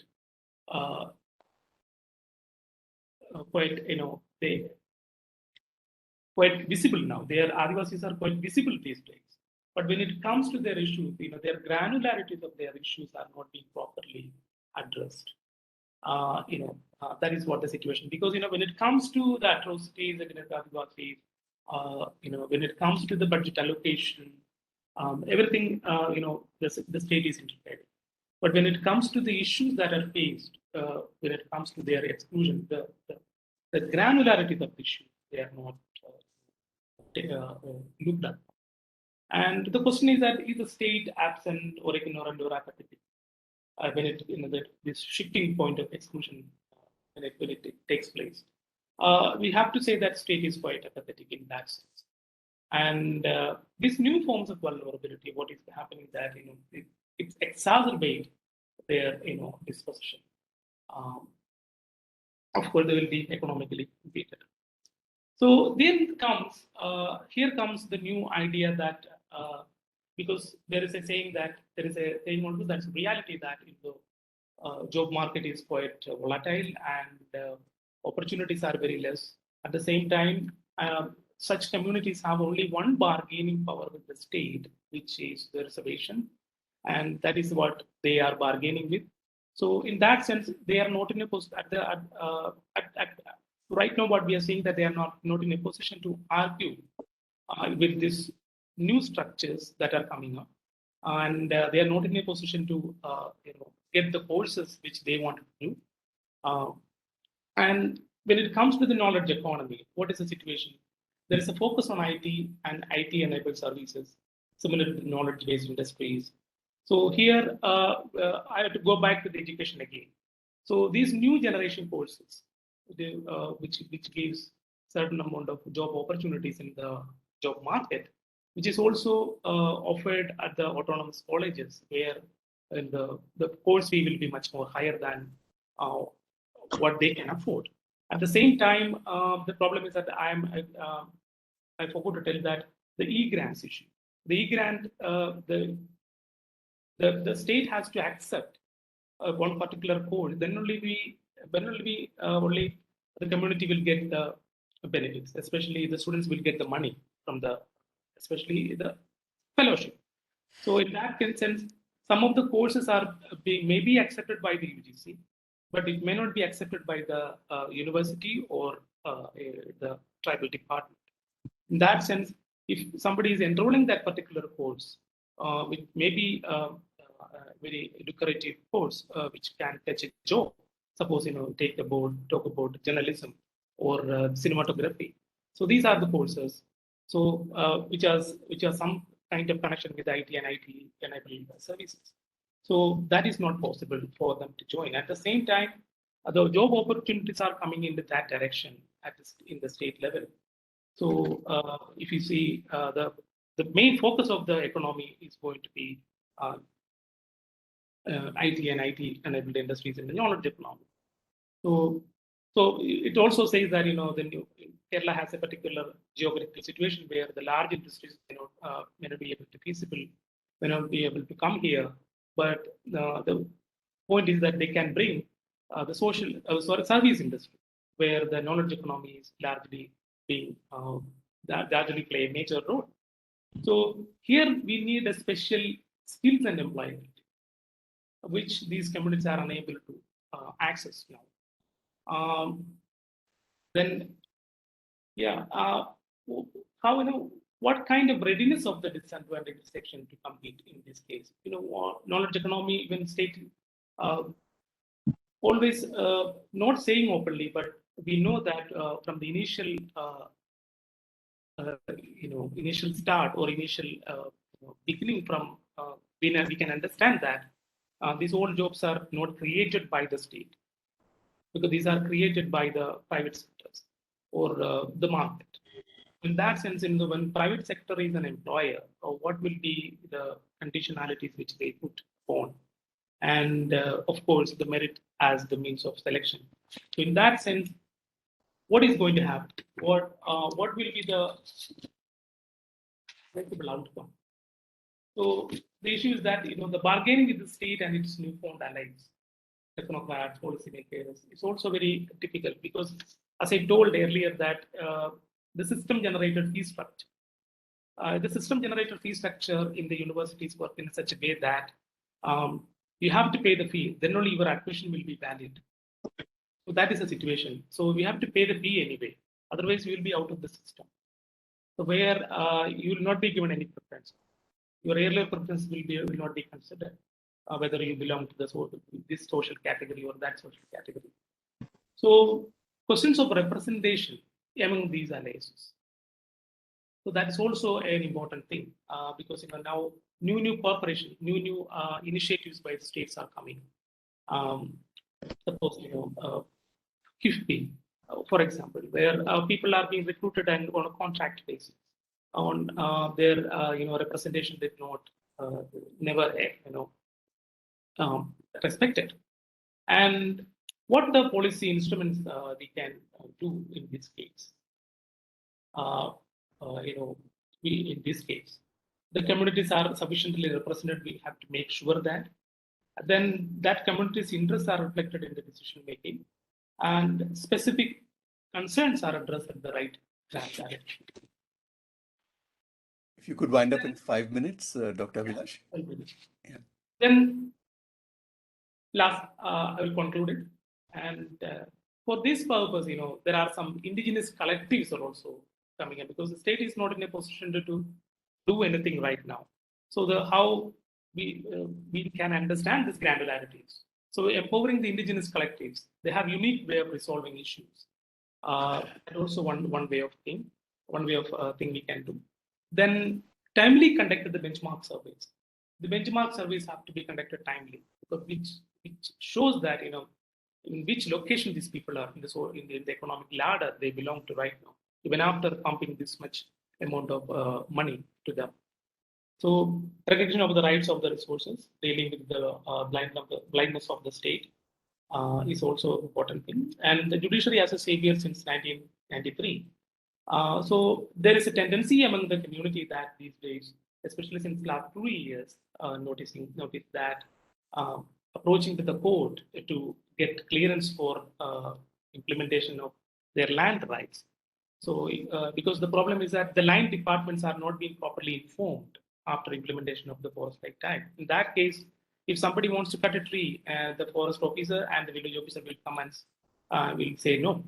So in that sense, it has to be said by somebody else, in that case, people are going to the court. So I will be stopping here. If you have anything, we can have the discussions. Thank you very much, Dr. Abhilash. I'm sorry to have to interrupt you. We are almost at 5 o'clock, so I just want to consult our organizers. Professor Devika, is it okay if we spill over?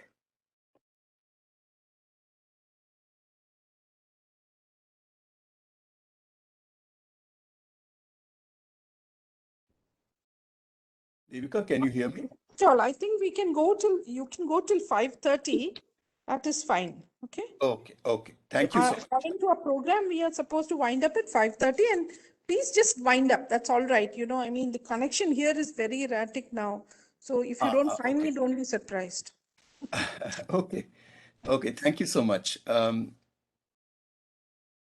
sure everybody joins me in recognizing that we have had a very rich tapestry of different kinds of case studies that have been presented to us, that we might think of in terms of communities of vulnerability, along the lines of what Dr. Meera was talking about, communities of fate, the James Scott and Peter Bear phrase. If we think in terms of communities of vulnerability, we have this afternoon been introduced to the fisher folk of Kerala as a community that is vulnerable in particular ways, as the Kuttanad region and the people who live there as vulnerable in particular ways. Internal migrants within Travancore who are at the cusp of the settled land versus forest land, who are facing different kinds of vulnerability. And finally, Adivasis as a community in, or a collection of communities, is probably better to say that, in Kerala, who are also facing vulnerability of different kinds. At this point, I have one or two more comments to make, but I would rather open up all four papers for discussion. It might be best if you are able to enter your name on the chat and mention who you wish to ask a question to, so we can organize this well, since we have only about 30 minutes more. So I would like to distribute time as fairly as possible among the participants and among the audience. So would you please put your names in the chat box? Please open the chat box, and if you have not already. And in case you're having technical problems, you can also unmute yourself and indicate that you wish to ask a question. We'll try and take collections of questions, sets of 2 or 3 questions at one time to save time. Professor Satish, can I ask a question to start with? I'm Harilal. Yes, please. We heard 4 excellent presentations. I should thank all the speakers, Abhilash, Meera, Narayanan, and John. All the 4 presentations were very interesting. My question is particularly addressed to Mr. John. John's presentation was exhaustive. It covered a lot of ground. I'm just mentioning one particular aspect which he didn't really address in detail. In fact, he speaks of those things usually, but today, since he focused on other things, he was not addressing this particular issue. I would like to hear his response on this, particularly about marketing and price formation and marine value chains. Because in these areas, certain major global developments took place. We had this WTO agreement, particularly the agreement on SPS, and then we had the India-ASEAN agreement, India-Sri Lanka agreement. So how these agreements, trade agreements, have impacted the marine value chain, and how ultimately it affected the fishers? That's a very important question. and I'm sure that he will have very clear answers on this. And I have one more observation about Narayanan's presentation. Narayanan was explaining how it was very difficult for his team to develop a local spatial plan for some of the selected panchayats in Kuttanad. I fully agree with the observations that Narayanan made. In fact, in planning board, we were attempting a similar thing. We brought together experts from universities, academic institutions, departments, and then activists. And we were trying to develop a methodology for developing spatial plans.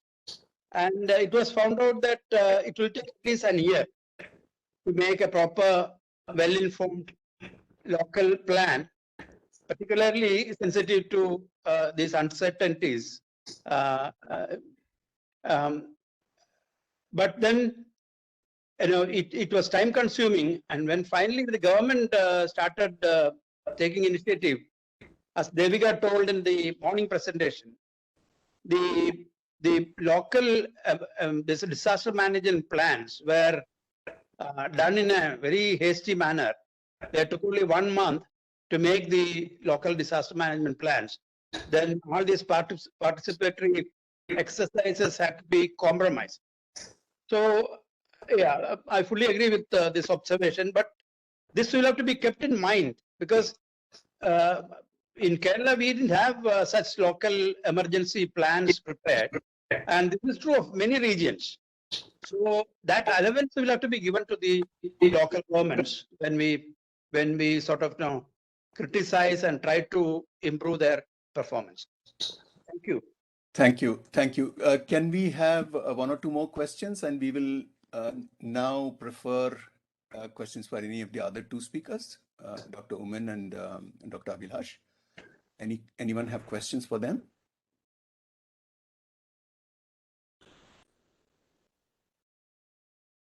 Yes. Sunil George has a question. Would you like to ask it? Unmute yourself, please, and you could ask your question. Can you hear me? Can you hear me? Yes. A little faint, but we can. Okay. Okay. My question was to Dr. Abhilash. First of all, thank you for a wonderful presentation. You spoke about dropouts as a big issue. My question was like, what do you think about this whole approach to development? I mean, it's not just in education, but in health, in so many other things, where to access resources of the state, the Adivasi cannot be an Adivasi. He has to or she has to set aside his culture, rituals, religious beliefs, and all of that. And only then you are able to access healthcare resources or education or anything. So the whole approach of taking children away from their homes, their families, their culture, putting them in residential schools and teaching. And it's not just dropouts. My work has been extensively in Attappadi. We have seen people who have graduated who are completely clueless about what to do in life. We have even had 2 or 3 cases in Attappadi where Adivasi young people who have passed the PAC exam and got government jobs have returned from their jobs in 3 to 6 months saying they are not able to integrate themselves. So, I mean, is this really inclusion, or as Virginia Skaka, the Adivasi scholar, would call it, adverse inclusion really? That's my question. Thank you. Other questions or brief comments?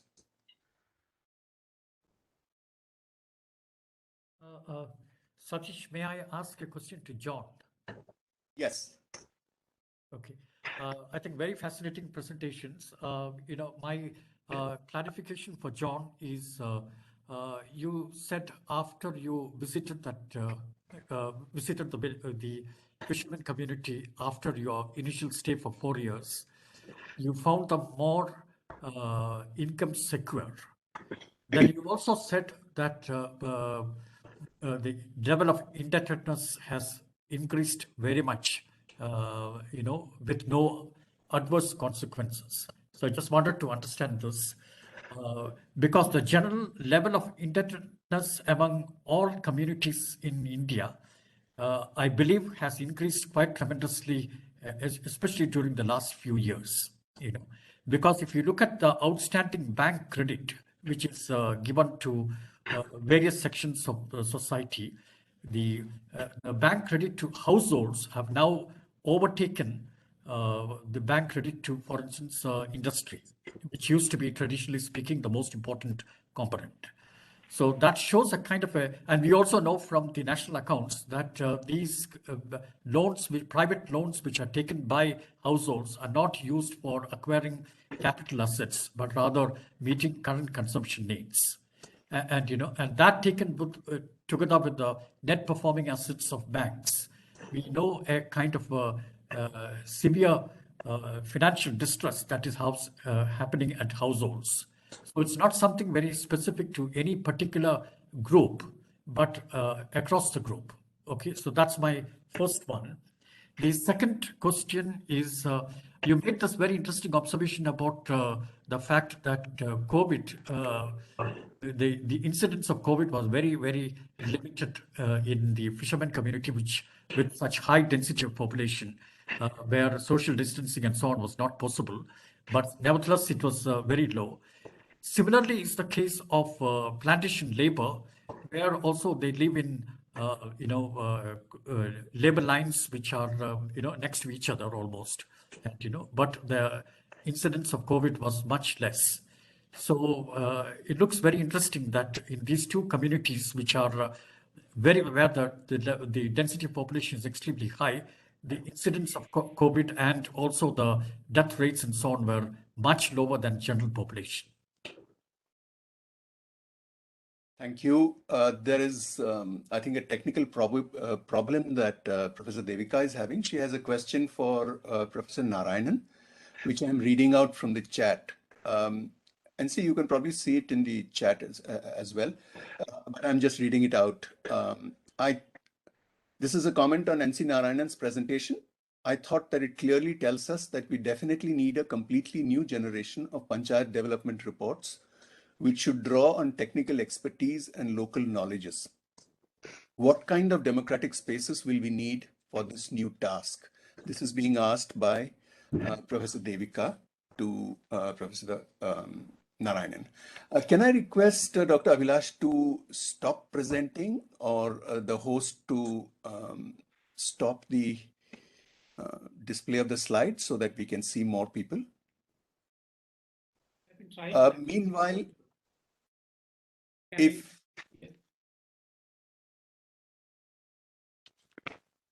I had a question for Dr. Meera. I was really fascinated by the way that you were deploying the concept of communities of fate. What I want to invite your comments on are the transient and contingent nature of this community, at least in terms of how both Bear and James Scott have seen it. And if you have any comments on that in terms of settler communities don't remain settlers, or at least the objective conditions that make for their vulnerability recede over time. What happens to this identity when an area does get settled and, say, the threat from wildlife or other kinds of threats that were initially very severe become less severe? Do then fissiparous or centrifugal tendencies surface and the older solidarities are eroded? I ask this because catastrophes are not necessarily only centripetal. The images of migrant workers leaving our metros was a very stark illustration of how a catastrophe actually broke down whatever implicit connections there were and allowed us to deny our mutual accountability as economically and morally related people. So that can also happen with catastrophes, or the kind of identities that are associated with the term communities of faith. So I wanted you to comment on that. Maybe if you now give a chance to the respondents or to the paper presenters to respond to this set of issues, we'll come back for a second set as soon as they are done. And we'll now start in reverse order. Dr. Abhilash, would you start, please? And just a brief response. I'm sure you won't, you'll need more time to respond fully. And perhaps that conversation can carry on beyond this session and this seminar. But if you could just quickly respond to your questions. The problem with this, the existing developmental model, because that we have been experiencing since the beginning of this TSP implementation from the fifth planning. So the problem is that it's a top to bottom approach.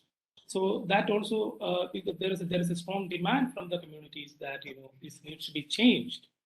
But that took time, and in the PESA came because the self reflection of the community. At the same time, self-righteous rights of the community have to be given to the community. So in all cases, the participation of the community is quite missing here. That's what I was also concerned about the adverse inclusion, which happened with these students when they leave the education. So the problem is that nowadays when it comes to the state, Kerala state is almost recognizing the situation, because the institutions are going to build it at the habitat level.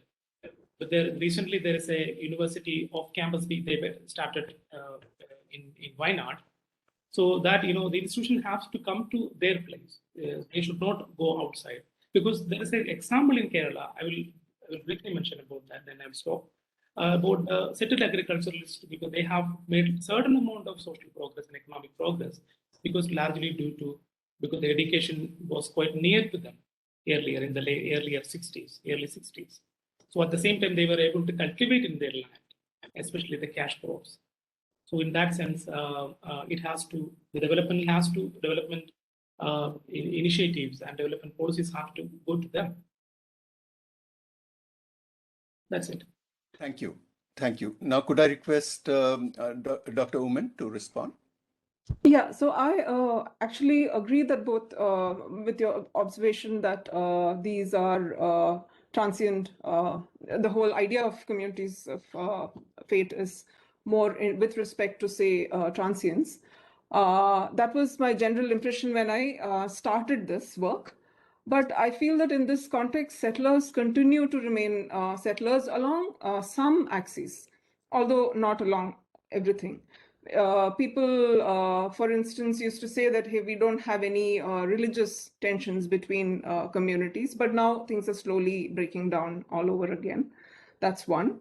And the second thing is that they still talk about working closely with each other and so on. People intermarry across settler pockets more frequently than one would expect. I mean, it's not that exclusively alliances are between settler pockets.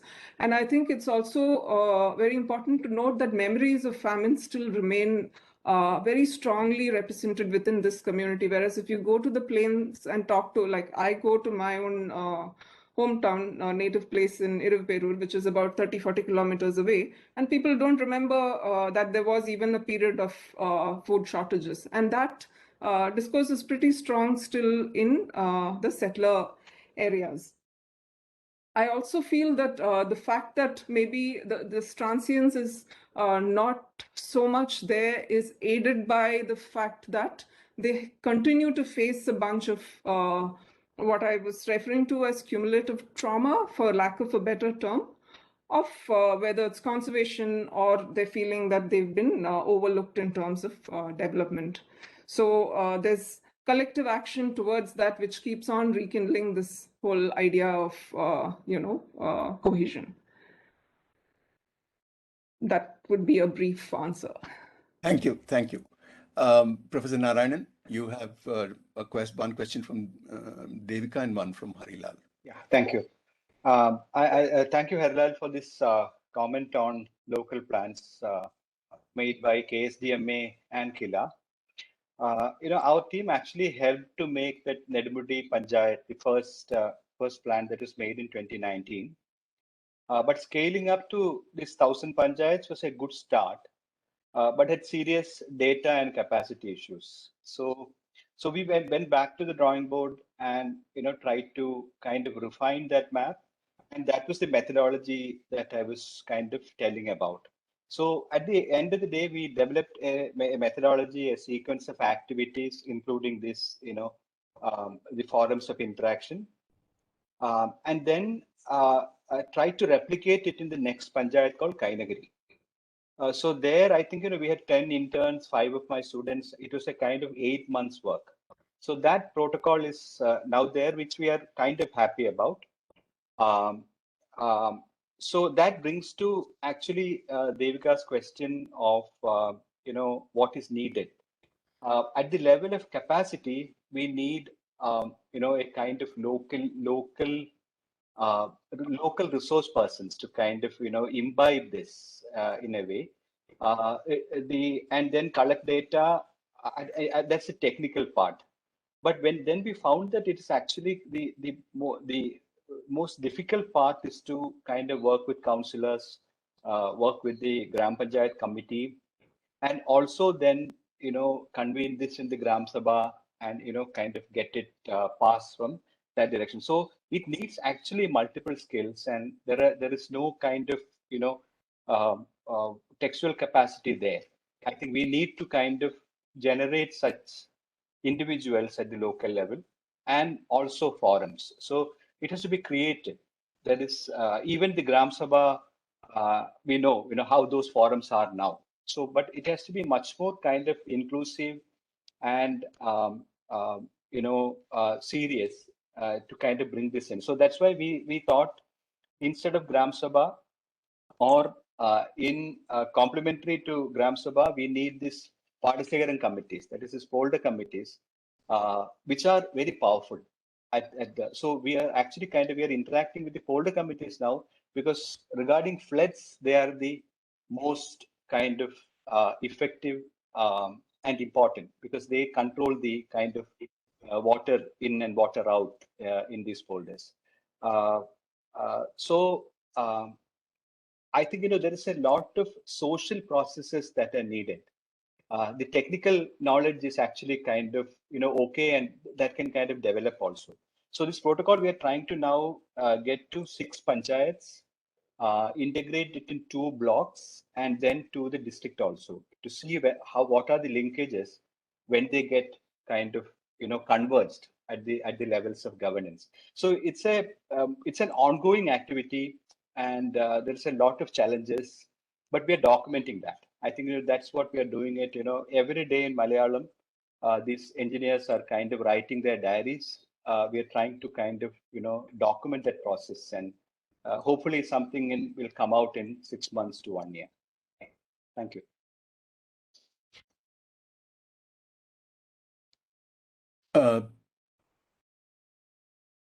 John, are you there? There is still a question for Meera, if she would like to finish. Sure. So Dr. Devika's question was, can you please tell us a little more about how gender works in the settler communities that you're studying?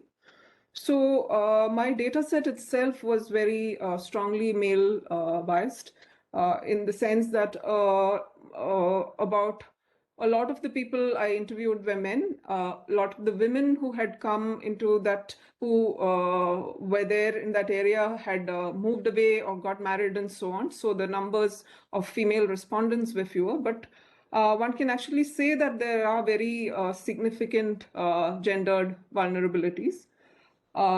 Firstly, this was a male-dominated space, whether it was the settlers themselves who came in to clear land, or labor which came into the Shabrigiri projects and so on. There were like a lot more men in the space than women. That had its own sets of issues for women who were in the landscape. And secondly, I would think that women, because they had, many of them had small dependent children, had physical safety of the children as well as nutritional issues for the children as major issues that they were facing, which perhaps men didn't face to the same extent. And they also had to do similar amounts of physical labor, whether it was, doing associated activities associated with tree cutting, like clearing the land, firing, and so on. So it was very significant in terms of hardships. So yeah, those are the 2-3 points which I wanted to make. Thank you. Professor Kurien, over to you now. Thank you very much. Thank you, Dr. Harilal and Dr. Sunil Mani, for your questions. I will just combine your two questions and give you the answers. Let me just talk about, for a minute, my own involvement at the village level. That was in the 70s. Now, what we tried to do was to establish a system which would ensure that the fishers had control over the first sale of their fish. This is the crucial point. It's almost like the MSP for the farmers. But if you have control over that first transaction, then that is the sure way to ensure that you will improve your economic prospects. And we introduced a system in which we provide credit for purchase of productive equipment, which then enhances your fish production, which is then marketed by the cooperative. And as a result, the cooperative is in a position to ensure that the repayments are automatically deducted, and also that individuals are encouraged to save a certain fixed amount of money. And this gets into the common pool, which then forms the basis for providing more credit. Now, you probably know that the government's Matsya-fed model was originally, the discussions of Matsya-fed took place in the village where I worked. And in the 1980, they adopted the same system. So that is what I wanted to say first. Now, in the village where I worked, the 4 vulnerabilities which I mentioned actually do not exist. You see, it is the village where the beach is very large there, because right from the very beginning, there was a principle that the beach will not be encroached by anyone. So the houses were always built on the eastern side of the road. Therefore, the ecological vulnerability that comes as a result of erosion and the physical vulnerability that the fishers of Kerala are facing today, because their houses are being eaten up by the sea, does not exist there. Also, because their incomes have improved so much, they have a school, they have a central school there. To cut a long story short, that's just one village where things have worked very well. But my point is that as a result of the collective action of the fishers in the 80s and 90s, it is not only in that village, all over Kerala, there has been a significant improvement of the human development and all other indicators of the fishing community. If you would compare it with, for example, the tribal community, we have not been able to improve that much, whereas the fishing community, as a result of collective action, has been able to improve their positions very much. So, debt has always been very high. fishing communities all over the world, there is data to show that their indebtedness has always been high when you compare with the commensurate occupations on land. And this is because they do not have any assets which are transactable, land which they can pledge, or assets which they could sell or something like that, like a cow or, or other things. So they don't have any other facility than to borrow from someone else. And this someone else is obviously the merchant capital. And this is where the interlocking of markets is very strong in fishing communities. So the point about control of first sale is the breaking of this interlocking of markets. And that is the basis for the movement of whatever else you have along the value chain. And therefore, the issue I was pointing to is that if you look at indebtedness today among fishing communities all over the country, it is huge compared to what you see reports about farmers. I mean, most farmers who are committing suicide, their debts are 3 lakh, 4 lakh. This is nothing compared to what is the case with the fishermen. But what keeps them going is that, unlike in agriculture, where you will not get, a lottery on your 1 acre of land in terms of output. In the fishery, you do get that.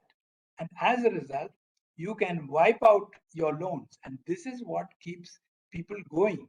And this is why you do not have this phenomenon of suicides among fishers, because this is what keeps them going. And this is also why the investment in the sea increases in this way. Because as I pointed out, it has become open access. And since, sometime or the other, you will get your bumper harvest. So you don't mind making this investment. But it also results in increasing the indebtedness of persons. So that is the, it may not be a direct answer, but I think I would like to explain the what I was emphasizing. And if you have control over the first sale of your produce, then issues like what Harilal was raising, import of fish, which may or may not affect the sector. If you have the control over the first sale, then this issue is much less serious. But when you do not have it, then that is where, again, merchant capital continues to control your life. And I'm sorry to say, in Kerala, much of the merchant capital, politically, they are left oriented. So this is even in a context where we have a progressive government, it is very difficult to break this tie. So all discussions that we may need to have upon the fishery also implies that we need to address this question politically. And I'm saying this very specifically to somebody like Harilal, because I think this is a matter which the state and the party and others need to look at very seriously. I'll stop with that. Just this point about COVID. Yes, I as I pointed out, I think we need to have serious study on the ecosystem specifics and the prevalence of COVID and the local outcomes that have come as a result of COVID. I mean, you point out, Dr. Mani, you talked about plantation workers. This is the case also with the, if I understand right, the Chengachula slum dwellers. There also the incidence of COVID was much less than in other places. So it's a very crowded place. But what is it? Is it institutional arrangements that they had? Is it socio cultural resilience? Is it something else? We don't know. But I think this is something that needs to be looked into. When I talked about this to a doctor in the UK, he said to me that there is evidence that even in the coastal areas of UK, there is much less prevalence of COVID as compared to the Midlands. So maybe there is something there. And this is why I raised this issue about the saline environment. Could be one in the case of marine. I don't know what it is with the other communities. Yeah. Thank you. That's my take on this. Thank you. Thank you very much. We are now at 5:30 and at the end of the grace period granted to us by the organizers. So we will have to, if there are more questions and comments, they will have to come later on. So it's my very pleasant duty now to thank our participants today for such a wonderful set of papers that inadvertently perhaps seem to work very well together. I must say, initially, before I actually heard the papers, I was not so sure whether they would really gel together. But it so happens that they have, and in my opinion, they have raised once again one of the most fundamental questions across the social sciences, and this has been the question of viable units of analysis, units of identity, units of political action. We have seen the challenge to the social sciences over a long period of different kinds of fault lines, economic fault lines because of changing economic circumstances, cultural fault lines, again, because of changing perceptions of culture, fault lines arising due to other contingent political reasons, and the search for a unit where a viable working relationship can be worked out between accountability of the economic kind, of the political kind, and along with feelings of cultural belonging and social relatedness. This has been an enduring challenge in the social sciences. And today's papers dealt with this challenge from the grounded point of view of very different kinds of communities defined by different forms of vulnerability. And today's session has also continued the very proud tradition that the Center for Development Studies has had of being engaged with local issues, to borrow from Professor Kurien's presentation, without becoming provincial. CDS has always been local in that sense. It has acted locally while keeping its doors and windows open to global influences, and also sought to contribute to global debates. And this session has been yet another small demonstration of that tradition. So once again, thanks to all our participants. And I personally thank the organizers, Professor Devika, Professor Sunil Mani, and others involved in the organization of this workshop, this seminar, for affording me the privilege of having been part of this session. Thank you all once again. I'm sure you've had a long day, and now you are free once again. Thank you. Thank you.